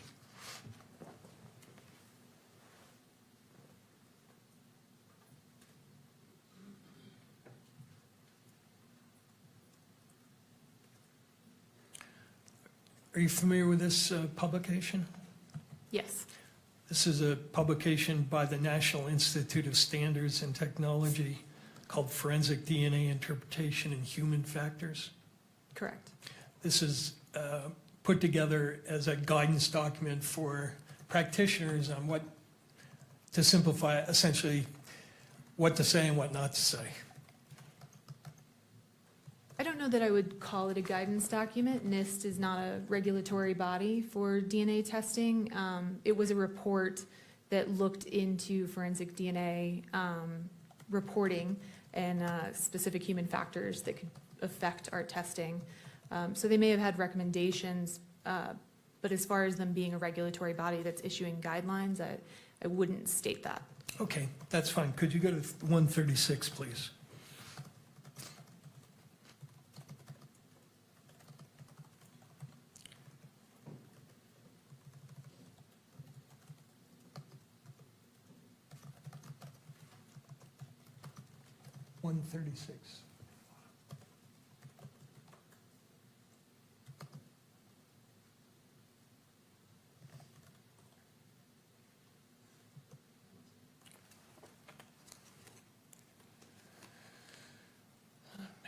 This is Baker 30.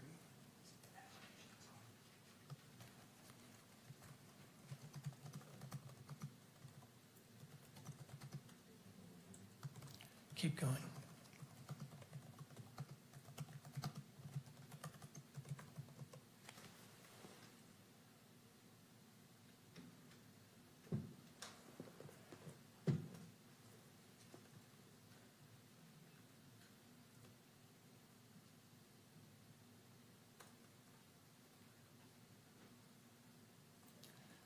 There we go, right there. Wait, 135, I'm sorry. And then scroll down to the next page. So they're making recommendations here as to how the report should be worded, correct? Correct. Let me ask you whether you agree with some of these limitations, or they call them caveats. They talk about how you describe the number of contributors, and they say the true number of contributors of DNA to an item can never be known. Do you agree with that? Yes. Okay. They also say, let me ask one question before I ask this one, which is, do you use something called a reporting cap in all three of your reports? Yes, so for our likelihood ratio statistics, we cap the statistic at 1 trillion. The actual number could be a lot higher. It could be quintillion, octillion. We chose 1 trillion because it has meaning, I think, to people that can understand what 1 trillion is. An octillion and a quintillion gets a little high at that point, so we cap at 1 trillion. And they talk here, do they not, about how you convey the idea of a reporting cap, and they say the LR reporting cap was chosen because of the limitation of biostatistical modeling and independence assumptions of STR loci. Do you agree that that's why the cap is chosen? I believe we chose our cap for the reason I stated. Do you disagree with that statement in terms of why the cap is chosen? I'm not familiar with the paper that's referenced there, so I would have to familiarize myself before I said I Okay. agreed or disagreed. Fair enough. And then they also suggest that you alert in your report that profile descriptors cannot be applied to activity level issues. Do you agree with that? Yes, so this is what you were stating about calling a major contributor. It doesn't speak to the activity that led to the DNA deposition. Right. DNA profiles may be described as major, minor. However, these descriptors should not be interpreted in the context of a decision regarding the nature or the mechanisms, actions, or timing that led to the deposition of the DNA. You agree with that? Correct, yes. All right. And then the other sort of limitation, convey that the DNA results cannot be interpreted as the analyst providing an opinion regarding who the source of the DNA is. Yes, so this is, once again, we don't make source attribution statements. We will say there's support for inclusion, and then we back up that with a statistic. So from a scientific standpoint, you couldn't read the paragraph that sets out the likelihood ratio in your report, whatever the number, and then blast a headline in the media, Mr. Robinson's DNA is found on this item. That's a source attribution, is it not? Correct, yes. And that would not be scientifically defensible, would it? Correct. Okay. Another limitation they talk about on likelihood ratios, on the next page, please, 137. Likelihood ratios cannot speak to the likelihood of a proposition, only to the probability of the results given a pair of propositions. Do you agree with that? Yes. Explain that, because that's a little above my pay grade in terms of understanding. So a likelihood ratio statistic compares the probability of the DNA profile of the evidence given two competing hypotheses or two competing scenarios. Typically, the first is that the person of interest is included, and then the exclusionary hypothesis would be that the person of interest is excluded, so there's a random, unknown, unrelated individual contributing. And when they're elaborating on that point, they say a likelihood ratio indicates if and to what extent the DNA analysis results support one proposition over another. It is not possible on this basis alone to determine which is the most probable proposition. Do you agree with that? Yes. Okay. And then the next limitation they suggest you convey is that convey that DNA statistics cannot imply uniqueness within a population. Do you agree that that's a legitimate limitation?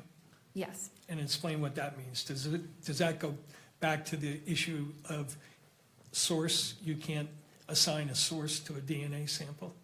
Correct. Okay. It says you should delineate the meaning of a verbal qualifier, but you didn't use one in this case, right? Correct. Okay. Now, you mentioned that your testing cannot, and correct me if I'm wrong, I don't mischaracterize it. Your testing, none of the testing in any of the three reports can answer the question of how and when DNA got deposited. Is that true?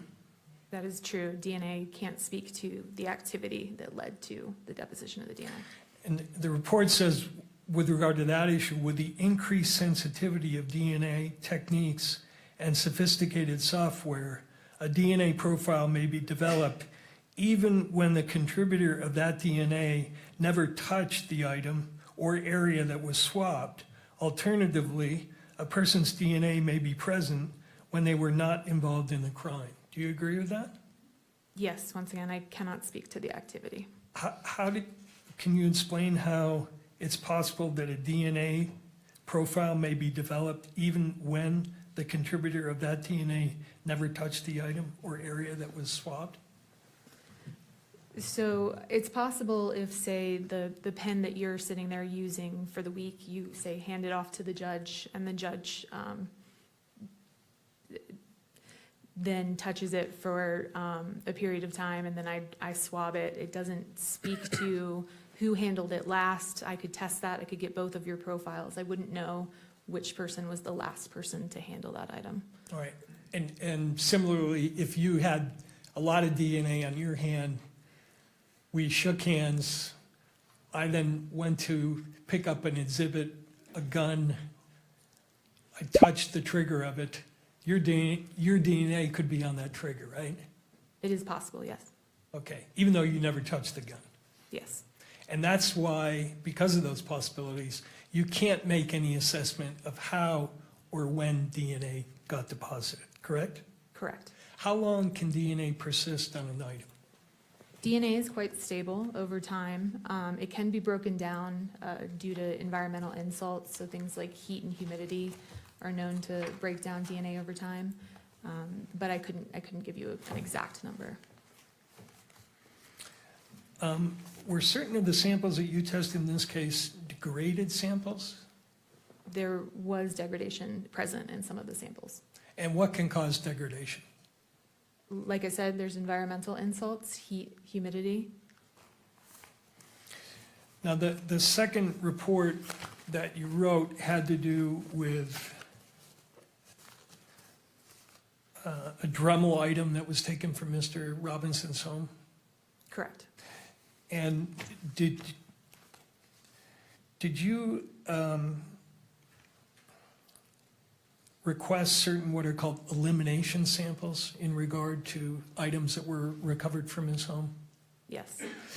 Tell the court what an elimination sample is as opposed to a sample that relates to what's called a POI, person of interest.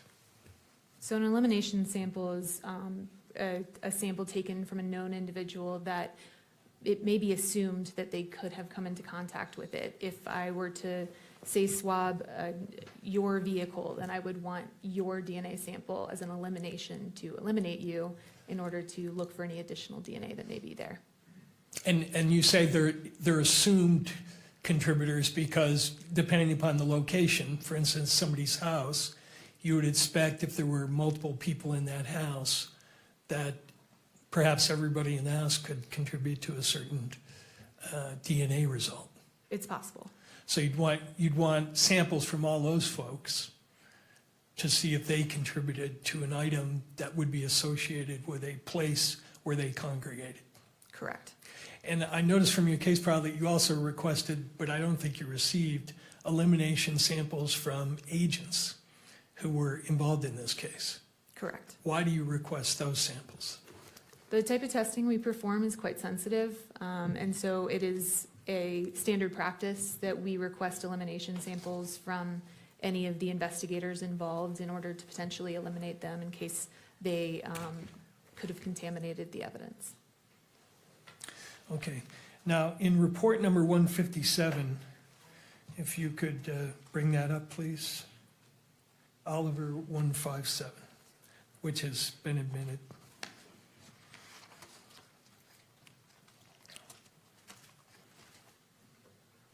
The elimination samples that you requested in connection with items seized from Mr. Robinson's apartment were from Amber Robinson,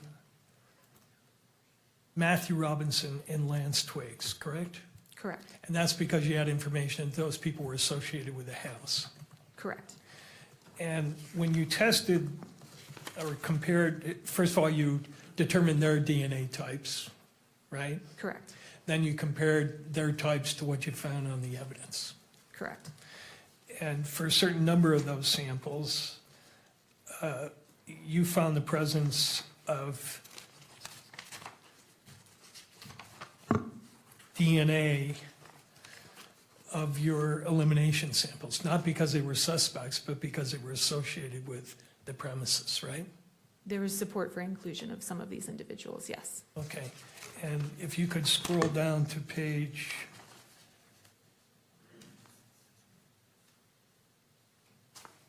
4, which is the table. I just want to review briefly with you. for instance, item number 1.4, which was a swab from the rifle, you used the elimination sample of Mr. Robinson's father, and you found his DNA on that particular swab, correct? I would say there was support for inclusion of Matthew Robinson on the sample obtained from the swabs of the bolts of the rifle. I'm glad you pointed that out. That's, again, consistent with your other testimony. You're talking again about support for inclusion as a possible contributor. Correct. And again, not because he's a suspect, but because he's associated with that premise. Correct, and there would have been a likelihood ratio statistic calculated and to go along with that. Okay. Could you go to the next page? Similarly, with respect to 1.6, you found, again, Matthew Robinson on swab number 1.6, or a profile that indicated he was a possible contributor. There was support for inclusion of Matthew Robinson. Okay. And next page, actually go page to page 7.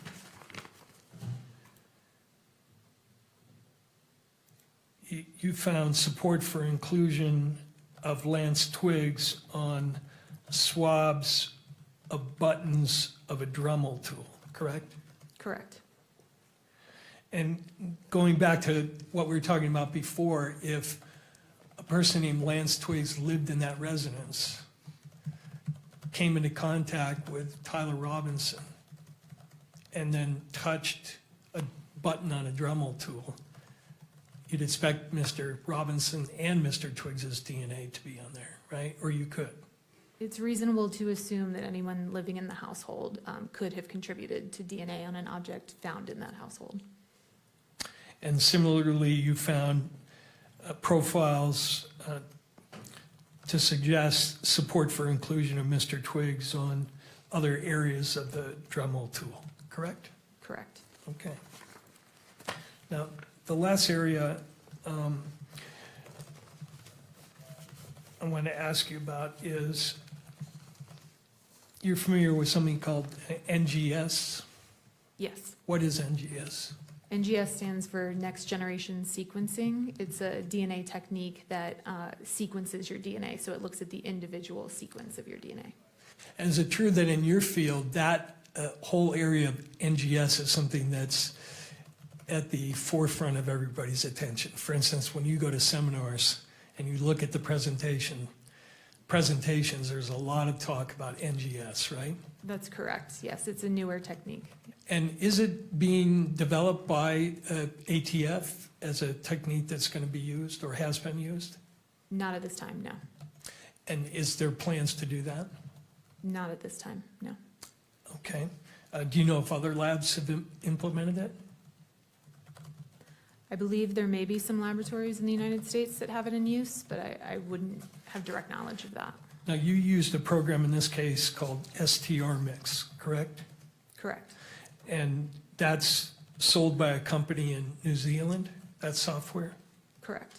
Have they developed another program called STR Mix NGS? I'm not aware of NGS software. Could you go to 156, Oliver 156?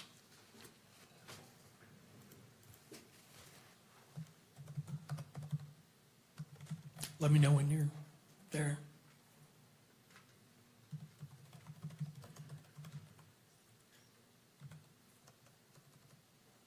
Are you aware that the developers are selling a product called STR Mix NGS? I was not aware, no. Okay. Now, sequencing analysis is different than what you did in this case, correct? Correct. And how so? As I said, sequencing is looking at the individual sequence, the individual bases that make up your DNA, as opposed to the testing that I'm performing, which is looking at length variations. So STR testing, which is the testing I perform, looks at areas of the DNA that are known to be highly variable between individuals, and the there are areas where the DNA sequence repeats itself over and over again. And depending on who you are as an individual, you may have a different number of repeats present at that location. So the testing we're performing is looking at those length variations. There's a distinction between, say, if you have 10 repeats versus 12 repeats. But you're not looking within those lengths to see what the sequence of the DNA is. Correct. And that's what this new technology is designed to look at. Correct. And the reason it's designed to look at that is because it's been found that there are DNA areas that are different in sequence, even though they're the same length. Is that true? I think the reason for developing NGS software is to add another tool to a forensic biologist tool belt. Okay. Now, could you go to 154, please, for the witness only? You're familiar with this chart? Yes. Okay, this lists all the alleles that you found for all the testing in your 3 analysis, correct? No, it looks like, no, you were right, 154.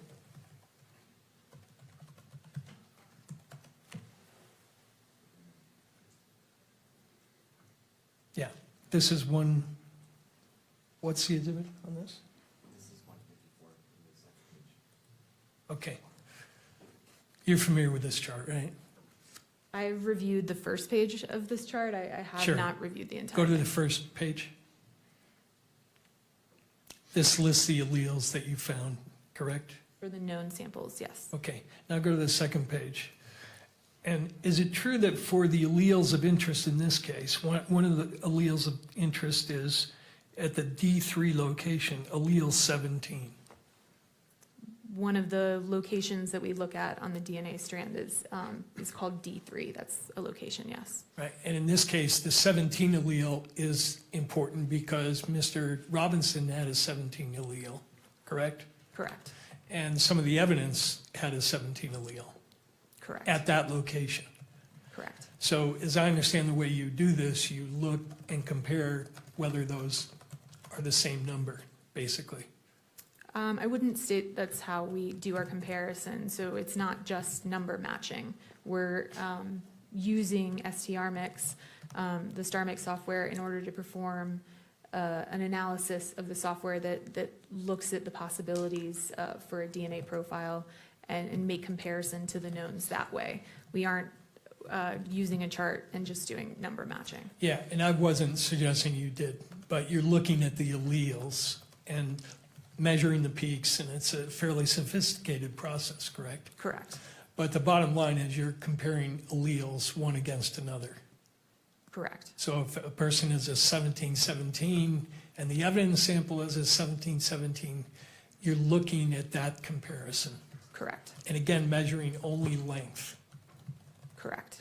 But it's true, is it not, that researchers have found that that particular allele, the D317 allele, that there are actually 3 different 17s, 17A, 17B, 17C. Yeah, so there's something known as isoalleles. What that is you may have, in this case, a 17 allele, but the sequence within that 17 allele is different. So 2 people may have a 17, but they may have a different sequence within their 17 allele. And it's been found that there is a 17A, a 17B, and a 17C, correct? Objection.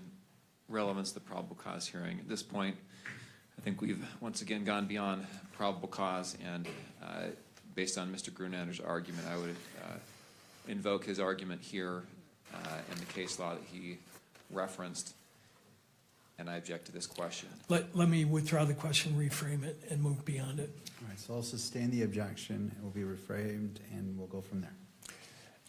It's true, is it not, that at least 5 of the locations of interest in this case, researchers have found that the alleles that you were looking at, these isoalleles, have different sequences but the same length. Objection. Relevance. the witness has testified she does not do sequencing analysis here, and that's what the question is asking, is about sequencing analysis. Counsel?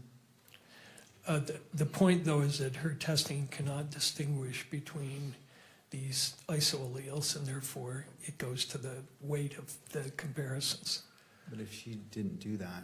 Yeah, that's the point, is that she didn't do it, and therefore she's not in a position to draw conclusions. Mr. McBride? That proffer is inaccurate, that she's not able to draw conclusions because she did not do NGS or sequencing analysis. She has testified that her lab and the analysis she did here is not sequencing analysis, it's something different. Whether or not she could do sequencing analysis is irrelevant to the analysis that she did do. If Mr. Burt wants to call an expert to say sequencing analysis is better or something like that, that's fine. But this expert does not do sequencing analysis. Therefore, the line of questioning that goes into sequencing analysis is irrelevant to her testimony. Let me see if I could lay a further foundation. All right, so I'm going to sustain the objection. Sure. And the question may be re-asked if counsel chooses. When you do your analysis using length only, do you go by the rule that if any STR locus fails to match when comparing the genotypes between two or more samples, then the comparison of profiles between the question and reference sample is usually declared a non-match, regardless of how many other loci match? No, it's not quite that simple. What you're speaking of is an exclusion, is that correct? Yeah, right. So it's possible for DNA evidence we spoke about, it's possible that DNA evidence be degraded. In a case like that, there may be the potential that some of the profile has what we call dropped out. So it's not present. In that case, we wouldn't expect necessarily to have a inclusion or exclusion at that location because there's no information present there. So it's not quite as simple as is every allele in this chart present in the evidence. There's more to it than that. If you had a difference in sequence between a known and a question across many loci, would you exclude the person? It depends. Again, objection, Your Honor. We're going back into sequencing, which is not the analysis that was done in this case. Mr. Burt. Again, Your Honor, if there could be an exclusion based on this and the testing was not done, I think that is relevant. But as it relates to this witness and her first-hand knowledge, I'm not seeing that tie-in as it relates to her. All right, let me move on then. So I'll sustain the objection. Now, you said that all the samples you looked at in that one report were mixtures, correct? Correct. And the number you get in the likelihood ratio depends on how many contributors you estimate, right? The number is going to vary if you say I think it's a mixture of 2 people versus I think it's a mixture of 5 people. It's not necessarily the number of contributors. The likelihood ratio speaks to the weight of the evidence. And so it's comparing known individuals to the unknown sample. It could be a low number and be a single source sample. It could be a high number and be a 4-person mixture. It's not necessarily directly correlated with the number of contributors. Let me ask you if you agree with this. This is from the NIST mixture study. A likelihood ratio numeric value is not a measurement of a physical quantity. Do you agree with that? Correct. Rather, it is a ratio of probabilities in the opinion of the expert assessing the likelihood ratio and is dependent on the specific propositions used to formulate it and also on the individual making the assessment. Correct. Yes, I agree. And does the final likelihood ratio depend on the number of contributors you assume? No, it does not. It has no effect whatsoever. it can have an effect. It's possible.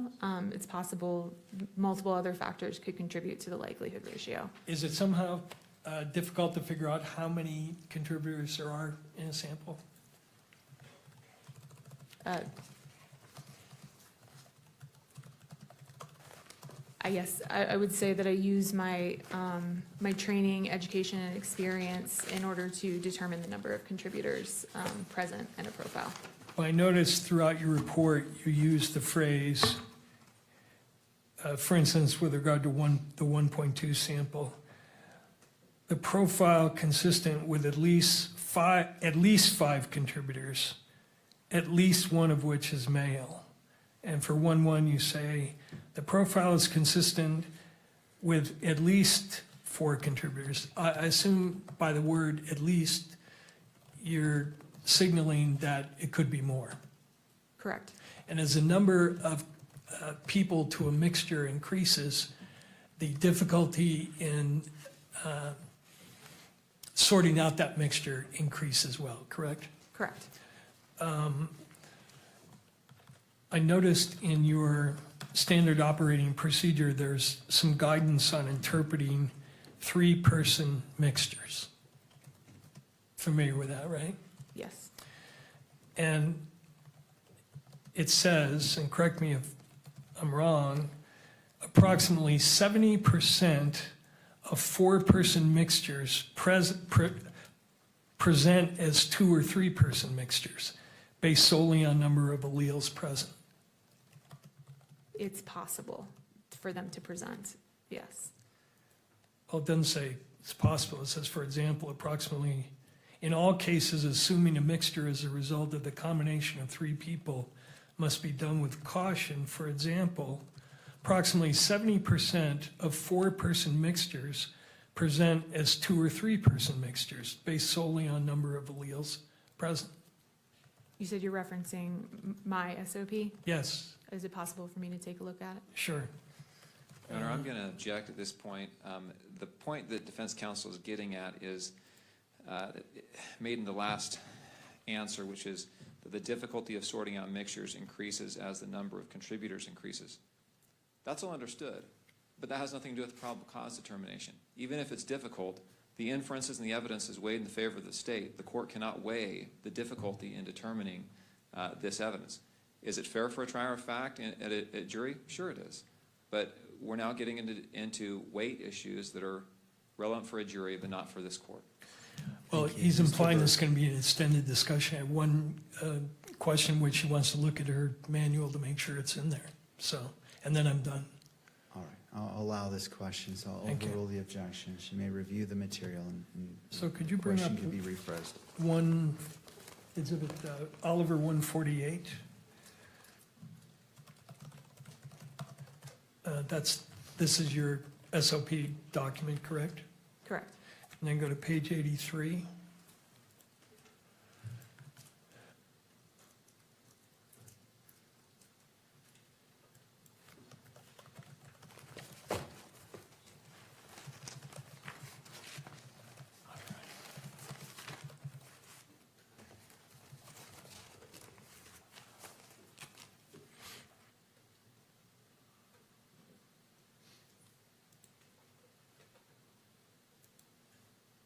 Did I read that correctly? Yes. And so it's true, is it not, that approximately 70% of 4-person mixtures present as 2 or 3-person mixtures? It's possible. Thank you. That's all I have. Thank you. We've been going for a bit, and depending on how much cross, I'm trying to decide if a break is warranted or if, Mr. McBride, you wish your cross is limited. Again, not trying to say which way you should go. I'm just trying to weigh whether we should take a break. I will probably be, I will probably be 20 minutes. All right, let's just keep going, and then at that point, we can take a break. Thank you, Mr. McBride.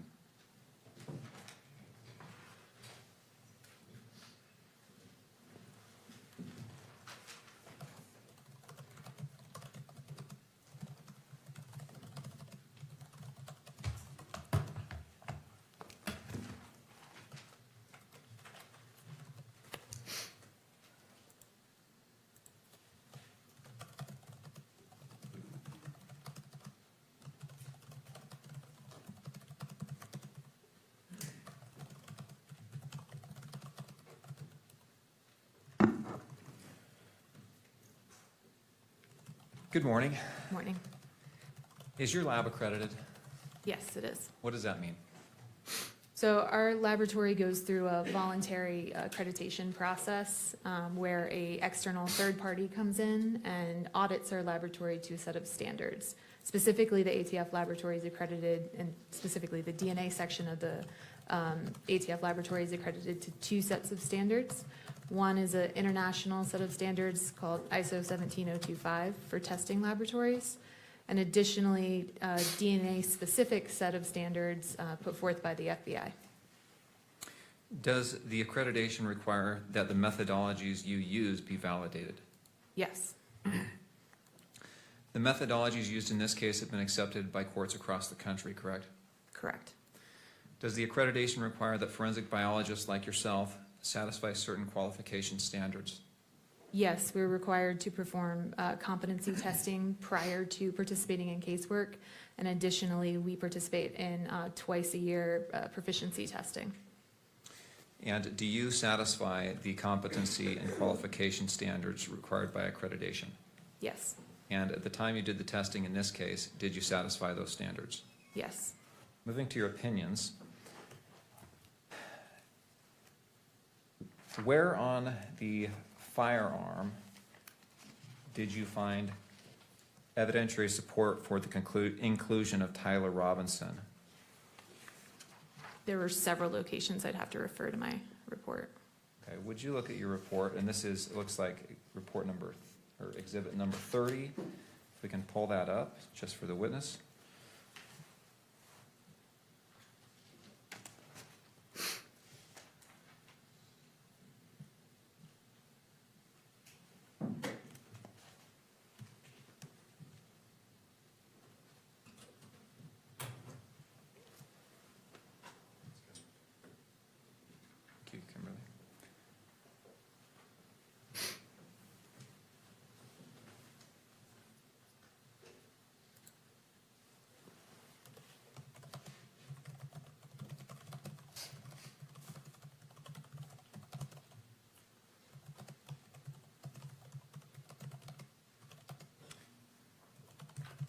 We had it for a minute here, a minute ago.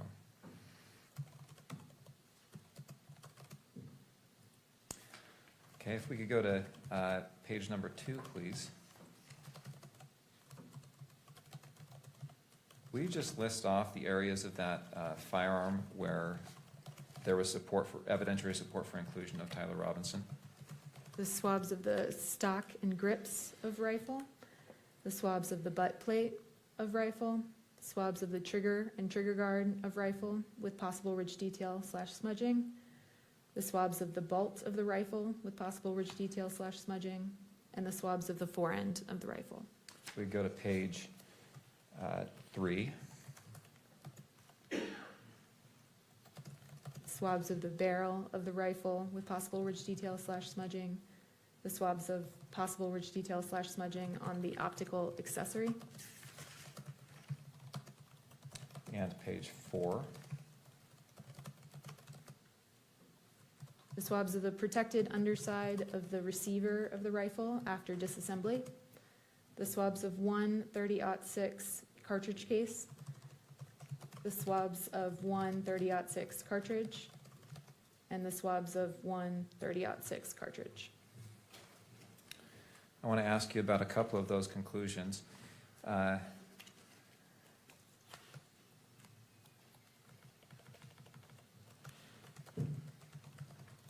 Let's look at page 5, please.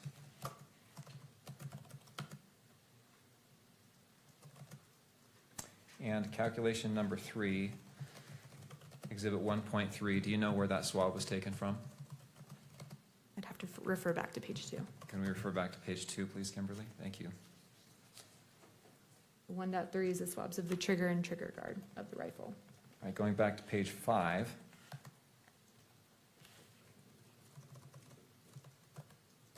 And we've had some talk, some testimony from you and some questions for you about the likelihood ratios. What was your conclusion as to the likelihood ratio that you analyzed in this question, in calculation number 3? For this exhibit, the DNA profile was at least 1 trillion times more likely if it originated from Tyler Robinson as the major component and 3 unknown unrelated individuals than if it originated from 4 unrelated individuals. You say at least 1 trillion times more likely. So it could be a much higher number than 1 trillion. Is that accurate? It's possible. But the protocols in your laboratory say you cap that at the number 1 trillion. Is that right? Correct. We would not report a number higher than 1 trillion. And it looks like you also did a probability statistic as well in paragraph E. Is that right? Correct. It's another way of stating the likelihood ratio statistic. And will you state your findings you made here in paragraph E, and that's on page 6.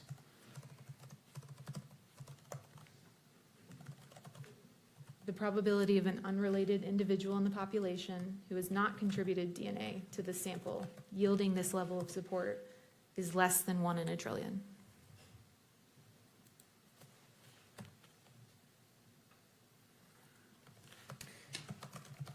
And same question there.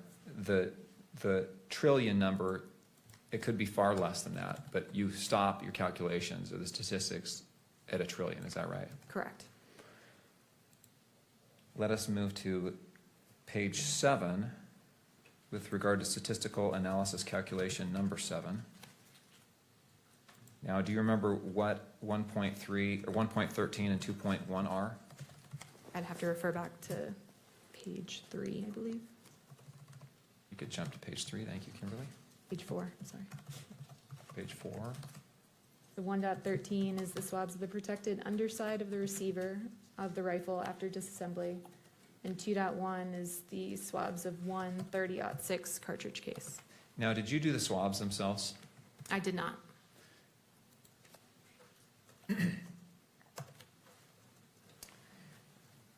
And 2.1 is a cartridge case, is that right? Correct. And what's the difference between a cartridge case and a cartridge? The cartridge is unfired, cartridge case has been fired. Right. Let's jump back to page 7. And what was your conclusion with regard to, well, first of all, why do you group these two together, exhibits 1.13 and 2.1 in your conclusions here? They were both mixtures of 2 individuals, and they both yielded a likelihood ratio of the same magnitude, so they can be grouped together. Okay. It's not that they were tested together? Correct. It's just that the results were of the same magnitude, so they were reported together. Is that right? Correct. All right. What was your conclusion as it relates to both of these as to the likelihood ratio? The DNA profiles are at least 1 trillion times more likely if they originated from Tyler Robinson as the major contributor and an unknown unrelated individual than if they originated from 2 unknown unrelated individuals. And did you make a conclusion here as well about a probability statistic? Yes, so the probability of an unrelated individual in the population who has not contributed DNA to these samples yielding this level of support, so meaning yielding this likelihood ratio, is less than 1 in a trillion.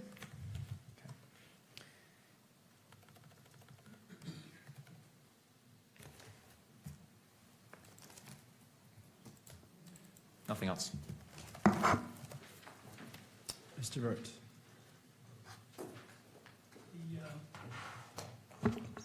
The 1.3 sample is described as swabs of trigger and trigger guard, right? Correct. You didn't do the swabs, but am I correct that you have no way of knowing which part was from the trigger and which part was from the trigger guard? Correct, so they were swabbed together, so I wouldn't be able to say where the DNA came from. And that's one of the samples that was degraded, correct? There were signs of degradation present in that sample, yes. And you said with regard to that sample that that was a sample consistent with at least 4 contributors, right? Correct. And did what you term, the major profile, have the largest amount of degradation in that sample? There was, yes. And you can't tell us anything about when the DNA was deposited on the trigger guard or the trigger, correct? Correct. You can't tell us anything about whether, when you say it's at least 4, it could be 5, 6, or 7 people with DNA on that trigger or trigger guard, correct? Correct, which is why we have the major contributor that is suitable for comparison, and the minor contributor is not suitable for comparison due to that complexity. And again, major, minor just has to do with the levels of DNA you were seeing. It has nothing to do with someone being engaged in activity that is major in relation to the minor contributor. Yes, so the major contributor is the majority of the DNA contributed to that sample. Okay. And some of these samples, you have major contributors of more than one person, right? Correct. So for sample 1.1, swabs of stock, you have 2 major profiles,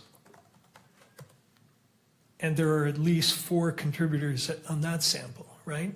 Can I refer to my report? Sure. It's Exhibit 30. Plaintiff's 30. Right?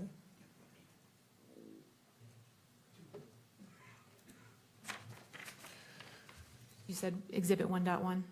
Yes. Yes, it was a mixture of 4 individuals. There were 2 major contributors.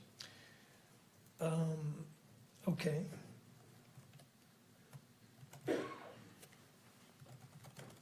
And again, with regard to all these samples, no way of knowing when or how the DNA got on those samples, correct? Correct. You referenced another statistic in your report, which is the statistic related to paragraph E, I guess. Correct. Is it what's called a random match probability statistic? Or is that something else? It itself is not a random match probability statistic. It is a way to represent the likelihood ratio similar to a random match probability. But it's still a likelihood ratio computation, right? Correct. It's based off the likelihood ratio computation. And it's still subject to all the limitations we've talked about. Correct. Can't attribute it to any person. Can't state it's infallible. Can't state there's a 0 error rate. And you can't state that it is a source connected with any one person, correct?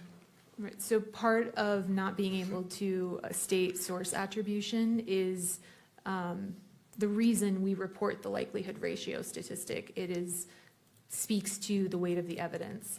And so yes, we can't do a source attribution, and we report that statistic and address that uncertainty that way. And address the uncertainty along with the other limitations we talked about. Correct. Thank you. That's all I have. Thank you. Anything further for this witness?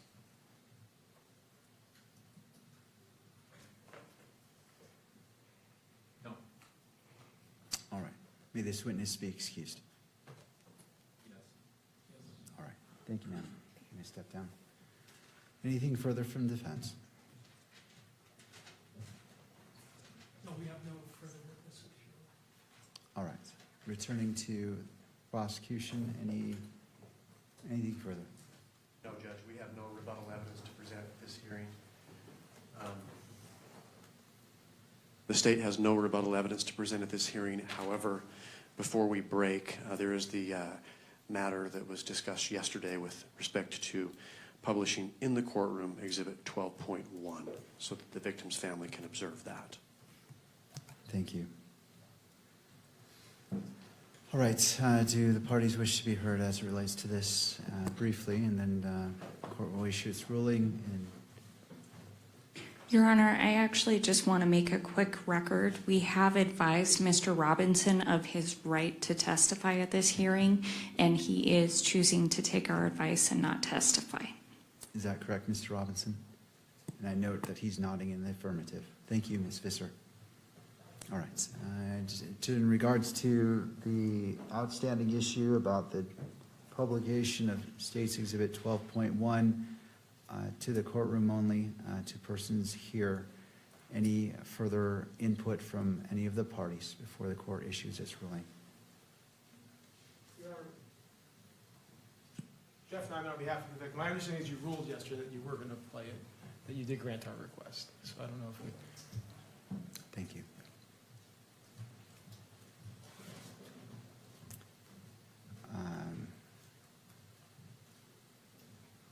Judge, I might simply add, given the court's ruling this morning with respect to displaying exhibits, we may want to make a record with the live streaming folks here that it's not going to be published.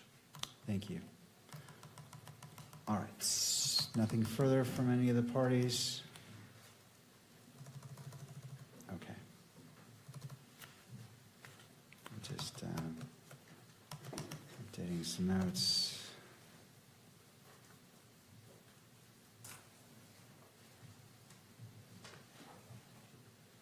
All right.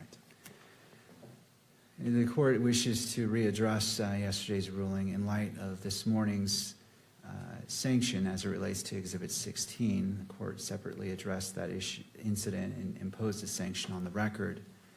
Having considered all applicable public access, fair trial, privacy, and victims' rights interests, the court adheres to its prior ruling. The court finds that temporarily limiting live stream to audio only while Exhibit 12.1 is displayed is necessary to prevent the inadvertent publication of the exhibit from being transmitted to outside the courtroom, and no broader and is taking the least restrictive means to accomplish what is being requested. Accordingly, Exhibit 12.1 may be viewed by all persons physically present in the courtroom, including victim representative Ms. Kirk in her capacity as the victim representative. The same in-court viewing rules applies to all parties and courtroom attendees. And that is the ruling of the court. Let's go ahead and proceed to that, to the state. So could the camera operator let me know when we're switched to an audio only? We are? Okay. All right. And as it's switched to audio only, to the state, now my understanding there's no audio on this surveillance on 12.1. Is that correct? All right. All right. So let's go ahead and play that. And I'm going to rule that this also applies to the still photographer. It cannot be captured, the screen, in any way. I noted video recording, but I intend as well as no still capture of any of the monitors during the publication of 12.1. All right.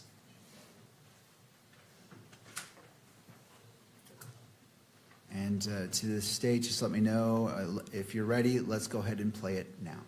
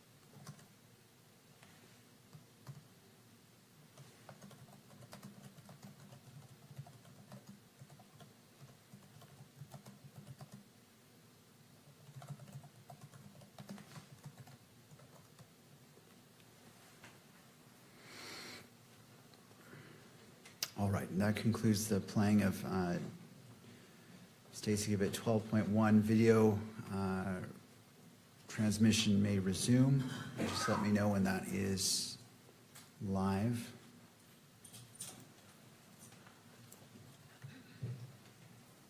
All right, thank you.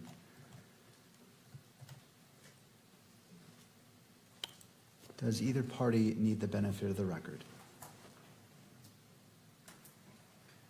The state does not, Judge. No, Your Honor. All right.